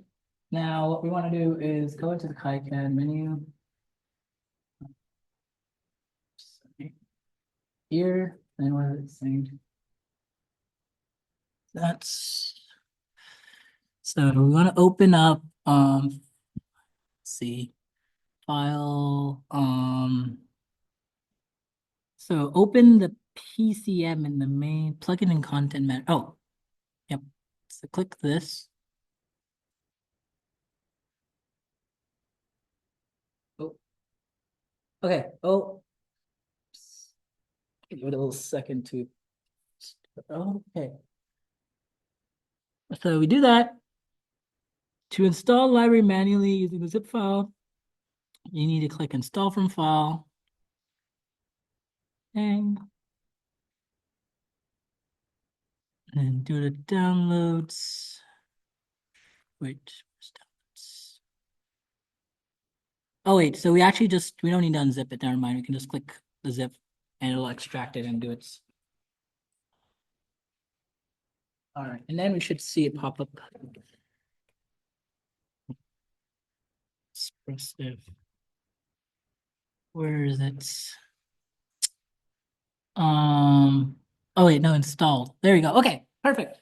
So the Expressive library has been installed. So that's good. So note that the library will be listed as PCM Expressive and the symbol and footprint. Okay, perfect. Now we have the symbols and the footprints imported into our KiCad. So we can try to go find that. So it should say PCM Express. Oh. Uh, Looks like I might have clicked that a little too many times. Okay. It's fine. We'll just ignore that. Let's see. Oops.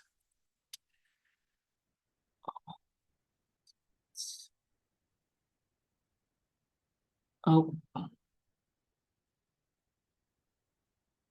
Oh. Okay. Oops. Sorry. Give me a sec. Looks like I need to restart KiCad.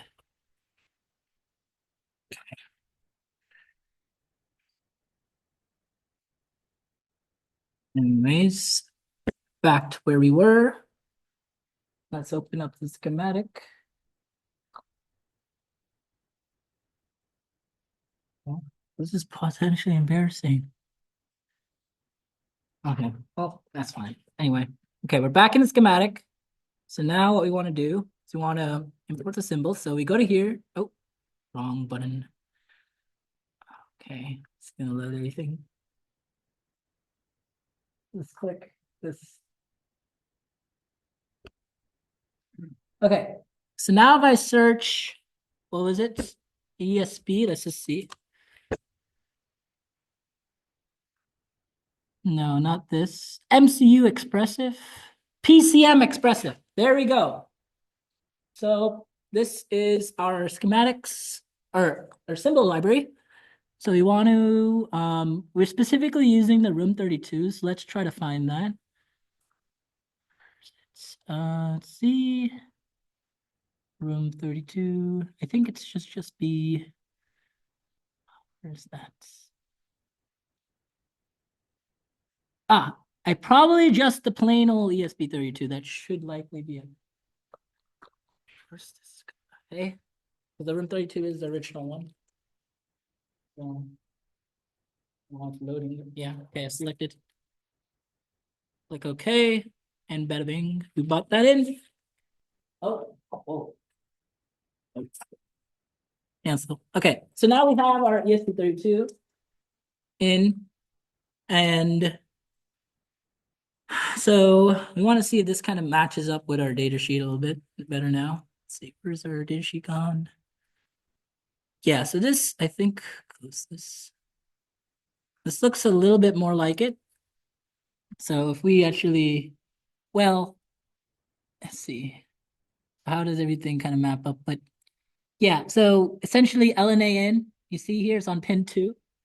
And LNA in here is also on pin 2, which is good. And then we have, let's see.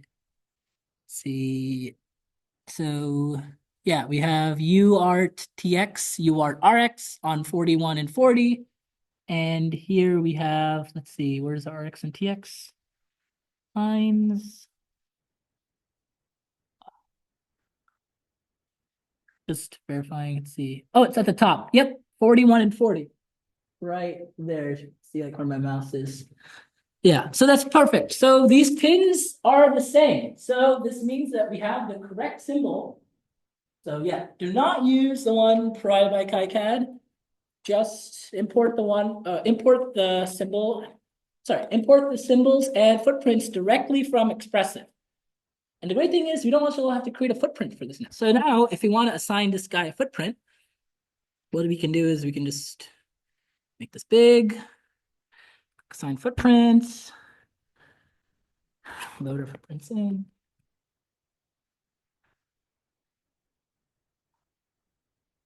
My computer is a bit slow today. Here's a bit time.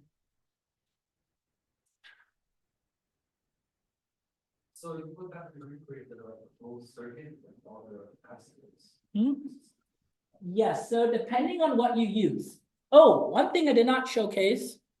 So let's say there's a pin that you do not use. on your thing, what is you can do is you can click this, place no connect flags. And this will basically prevent your ERC, your electrical rule checker, from flagging an error if you don't use a pin.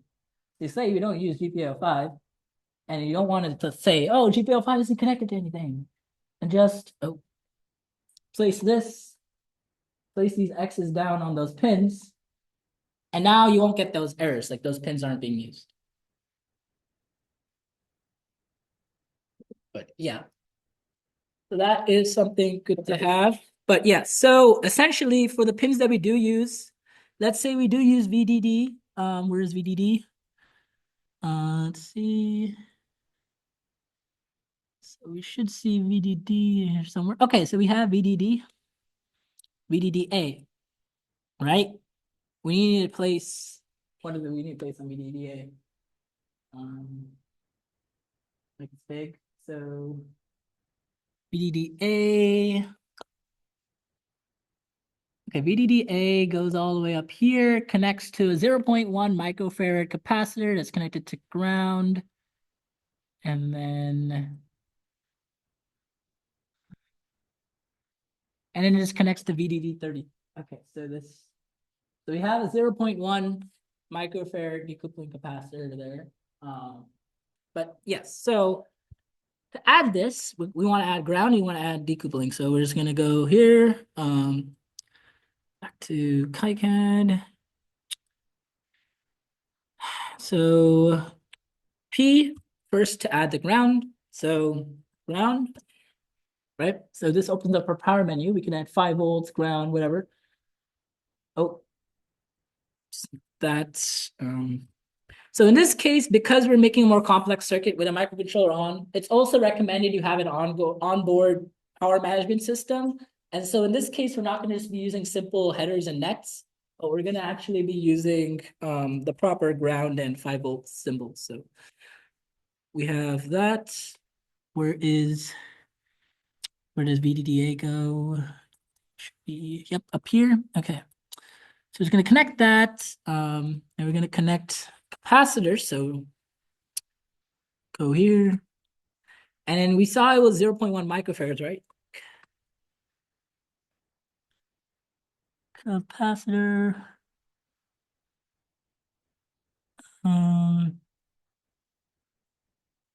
Yeah, so we're just going to use C. All right, create a little capacitor, wire this bad boy up. And then this will go to our power source, which we don't currently have, but if we did have one, it would go there. Like, let's just place it there. But yes, and then we can adjust the properties of this by going to the properties menu, and we can change its value to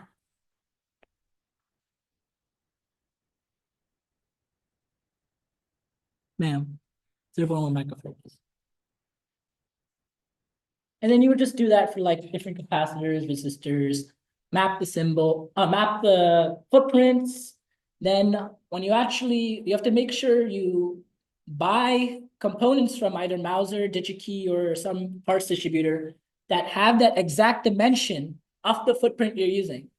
That's important because when you solder them on, they have to match. So if the dimension is different from the component you're purchasing, that to get that 0.1 microfarad capacitor, then you're going to need to make sure you adjust the footprint to use the correct dimensions.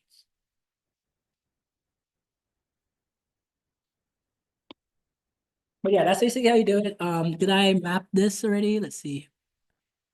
Assign footprints. So what did I go? Assign footprints. Where does it go?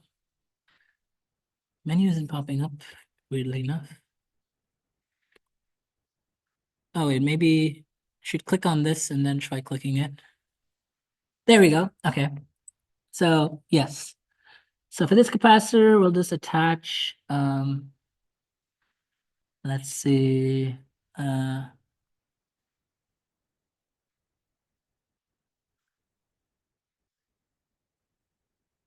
we're just gonna do it for the sake of this. We're just gonna attach this one. So, oops. Yeah, double click that. And then for the ESP32, why is that attached to the, yeah, that's incorrect. So this ESP32 needs to connect to expressives package. So we go to, where's that? MDM expressive. We find, where's expressives package? See, what was it called? Oh, package PCM expressive. There we go. So PCM expressive, then this should connect to ESP32. Oh, I believe this is the default.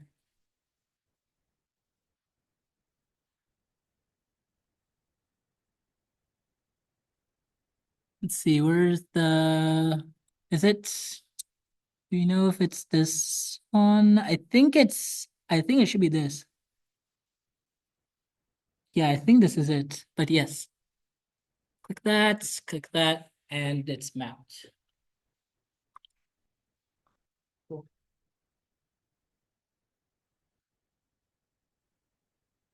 Yeah, do you have any like other questions? I mean, so yeah, you just have to repeat that for like everything that's kind of like relevant.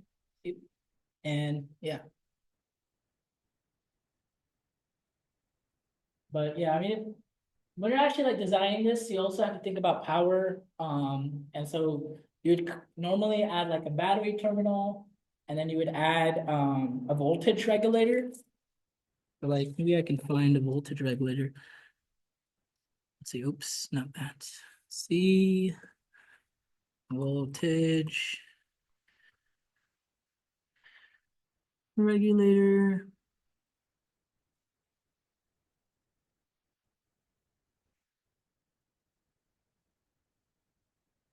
So like, let's say this is a step down, right?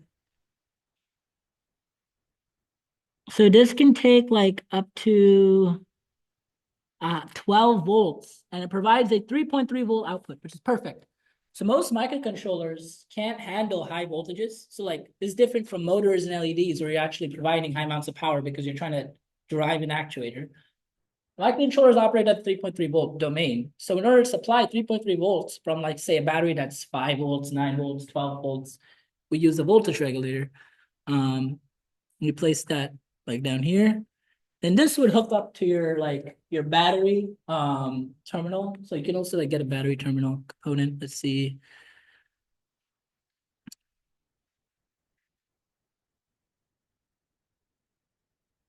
Let's just say it's battery terminal or terminal. Um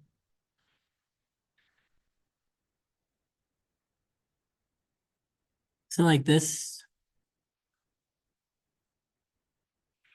would be your battery terminal. One would be for V like positive and one would be for negative if you're connecting up the battery. But yeah, so that would just connect up to like V in, V out. So like let's say this is positive. This would connect to this. This would connect to this. And then you would also have like typically a switch in between your battery and your voltage regulator. So the switch can be used to switch on your entire circuit and switch it off. But yeah, there's like a lot more that goes into it. If you want, I can show you. I can show you also since you guys stayed, actually, completely forgot to do this. I was going to do this. Since you guys, it's actually perfect because I did bring, I believe, two PCBs that I actually got that this fall. Bring my clock up here. You guys can take a look at it.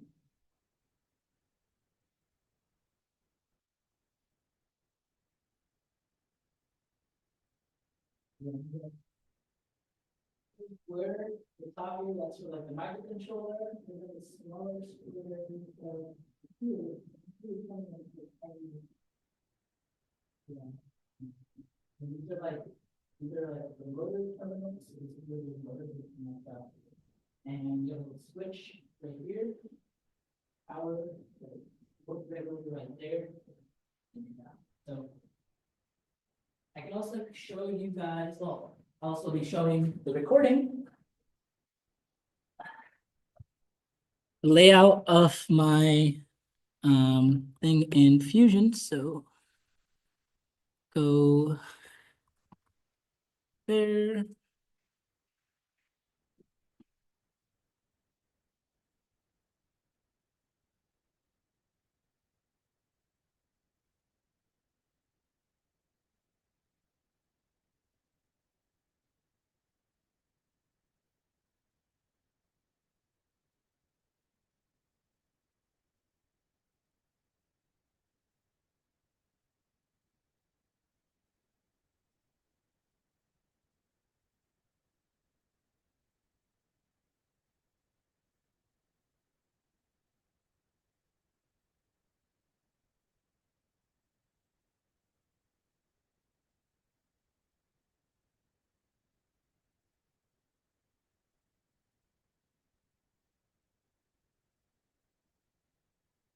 Hmm?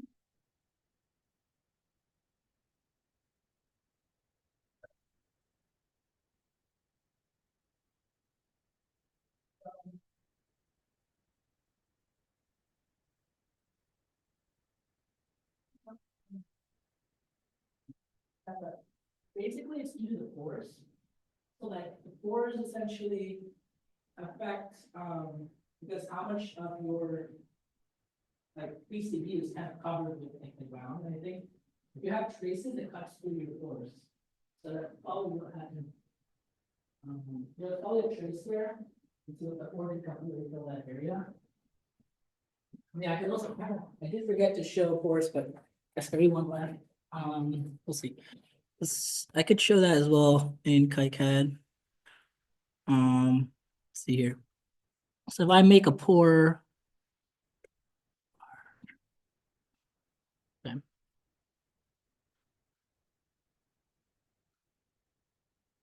Let me switch to, oh, yep, switch to here. So when you're done with like placing and routing, that's, why is it? Oh, it's being slow. Okay. So when you're done with tracing and routing, what you can do is fill in the ground or a solder mask. And the way you do this is you click here. So this little button to create a pour. You can just start, oops. And then we can say ground. Okay.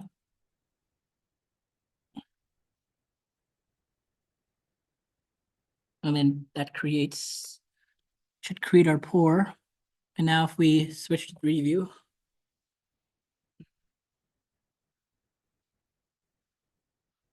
Oh, did that not work? Wait. Sure why that hasn't worked.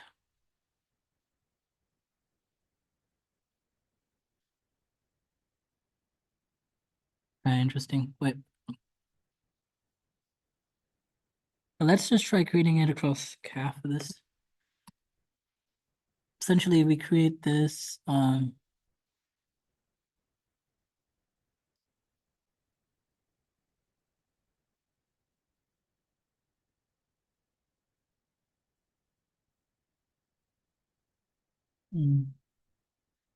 then let's see. Interesting. Okay, so then if we do Alt 3. Okay, wait. I'm not sure why it's not working. There's probably a reason, but like if I just create like a fresh one, kind of get a better view of it. So if I create like a board here. Oh wait, not text box. I meant rectangle. If I create a rectangle here, and then I do fill ground.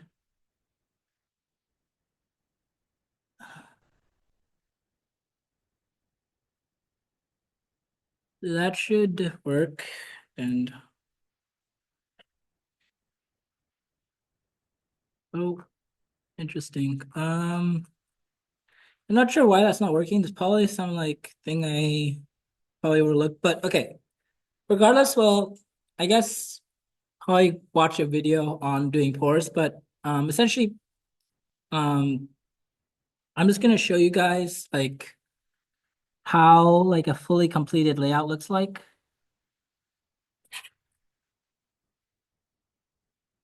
This is the quadcopter I worked on for during fall quarter. Um,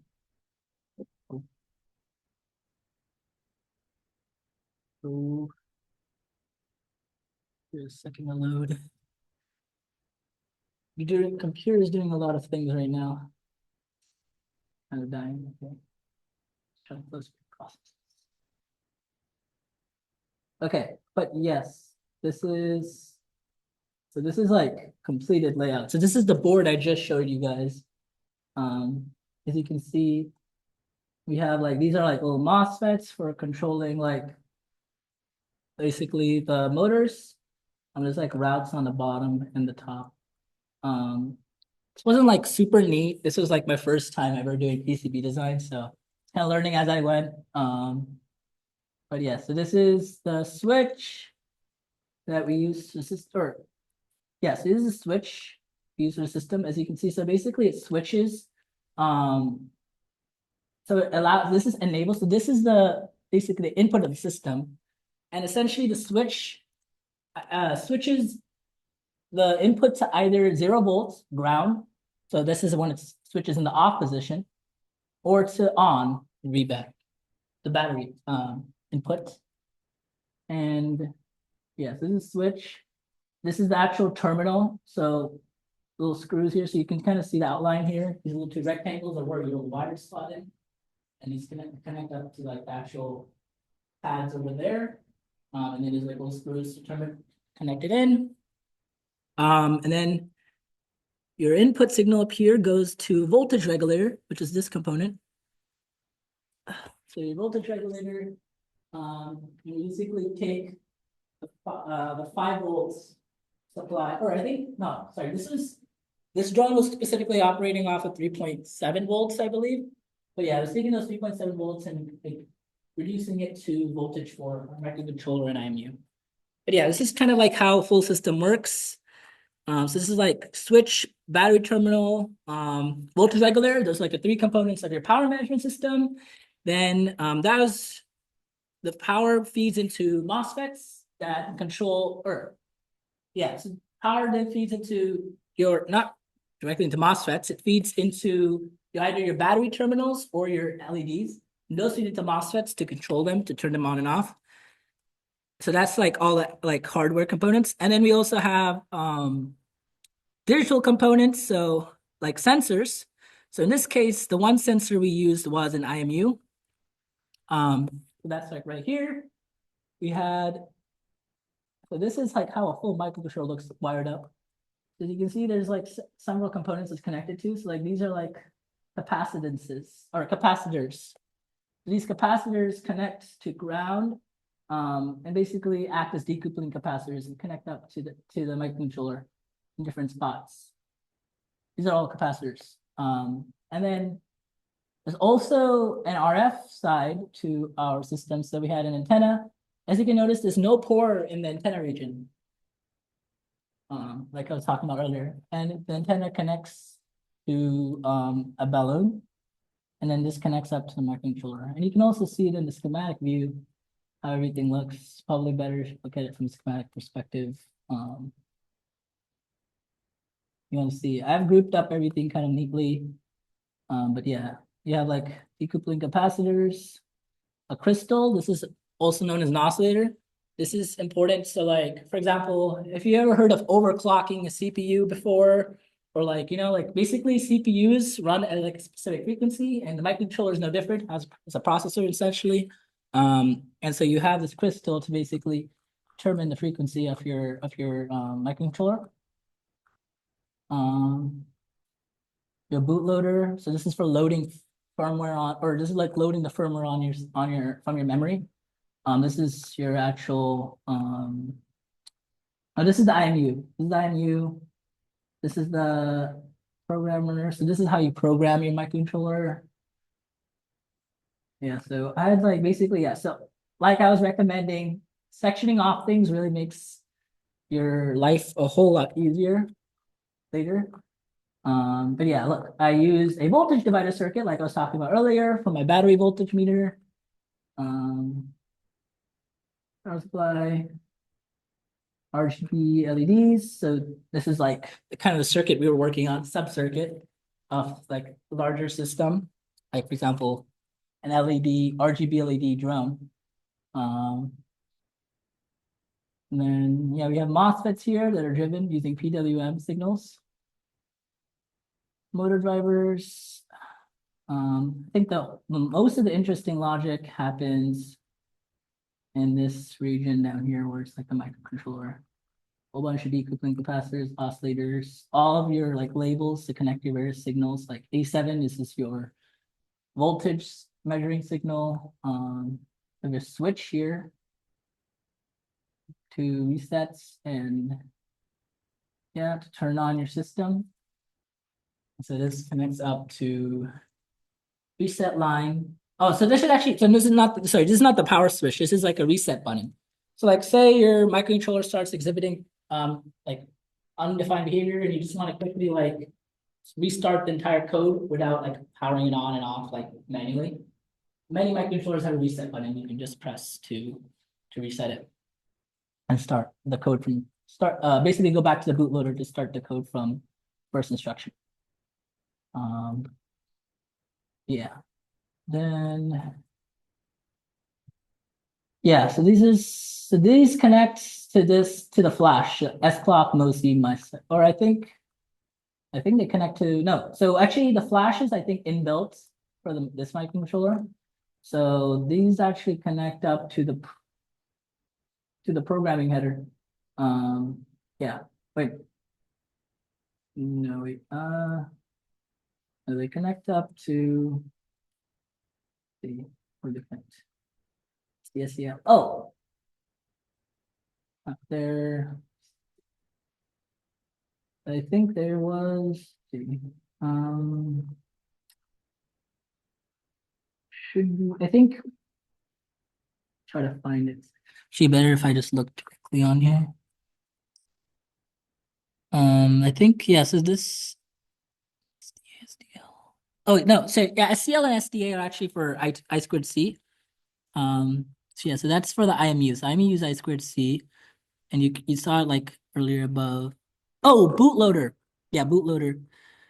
Bootloader uses I. So the bootloader basically is what we use to load up our program from the microcontroller's flash. So it's like a specific like component that basically tells the microcontroller where to start reading from in its flash memory. And in that flash memory, we basically just store instructions. So like if you've taken CS classes, basically whatever code you program on and using C++ and Arduino, actually gets compiled by a special compiler for microcontrollers. And Arduino uses the Atmel microcontrollers, which use an architecture, which is basically defines like kind of assembly instructions. They use an architecture called AVR. So we use the AVR instruction set. So the compiler compiles the C++ code down into AVR assembly instructions. And then those further get compiled down into individual bits, which are stored in flash memory as like an array essentially. And our bootloader knows which exact address to read from a flash memory. Those bits get deciphered by a decoder. So those, if you take digital circuits classes, you'll learn that into actual like instructions, and then the code can kind of do what it's supposed to do. Yeah. But this is kind of like an overview of like how like a full like PCB system might look like. Um, this quadcopter actually worked and it like got off the ground. Unfortunately, we had like really bad motors. That did eventually lead to because we were just reusing parts given to us by the professor, and some teams bought their own motors. We didn't know to do that in time, and they kind of, you know, they did better because they bought new motors, but our quad eventually crashed, unfortunately, but this did work, so pretty cool. First time designing a PCB and it worked, so. Just goes to show, like, some things you might think in classes may not be useful, right? Like, look at all the circuit theory, like, look at all the problems we solved, but when you actually go and design a PCB, you actually do end up using a lot of theory intuitively, if you're not just following like tutorial lens, but if you're making your own PCB from scratch, you do need to know some of the theory.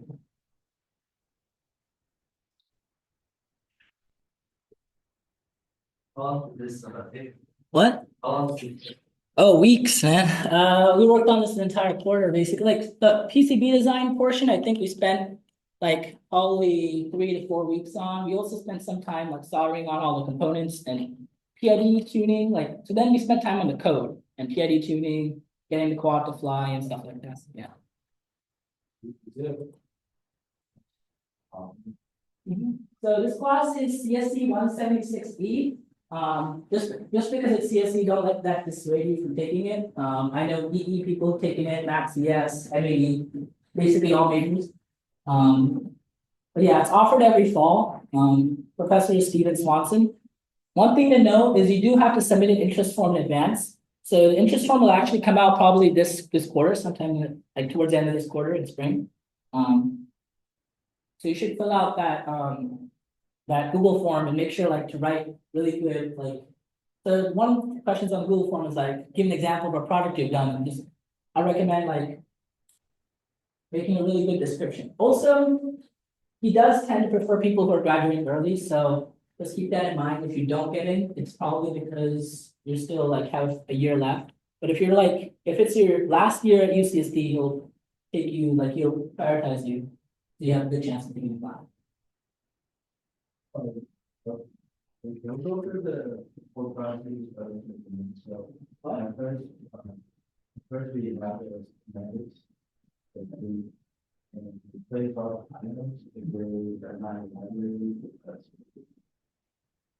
Yes. So yeah, first things first, a good thing is KiCad already has a whole lot of schematics for basic components like resistors, transistors, capacitors, diodes, those kinds of things you won't have to go and get. You can just place them and then just connect the symbol up to them, like I showed. So I recommend just getting started with a schematic because that gives you a good idea of like what your system is going to look like. It's just a good place to plan, play around, add things, remove things. And it's like all the logical levels, you don't have to go with the headache of placing that and stuff. Yeah, do that. If you don't have the symbol you want, then you'll build important like. And after we're done, after we place everything, schematics and we connect them, there's the sign and footprint. So, what exactly is So footprint is at the actual physical layer, the layout. So when you assign a footprint and then we go out to our layout menu, like our layout view, where we saw like all of our components, we were connecting them up physically with wires, traces. That is what like a footprint. It's like the 2D version of it. Yeah, 2D and also this, yeah, it's a 2D version. And then there's, if you want, sometimes there's also a 3D model that comes with it. Depends on like if it already was in KiCad and like depends on like where you imported your thing from, if they gave you a 3D model. But yeah, essentially, if you look at this like PCB, you see all these like little pads, all these little things. That is what a footprint basically comes out looking like in real life. So it looks like those little red things you see in the actual like view, they become these like little silver things in your life. So the footprint connects what we see in the schematics to the actual elements. Yeah, so that's how we can connect everything up here. So you also notice on the PCB, you see the little lines. Those are like actual traces. And on then what we do is solder on the components. And it all connects. So this basically allows us to create the whole structure for everything to connect up to each other. And then we just have to place everything on physically using solder. And then we have a fully finished circuit board with everything on it.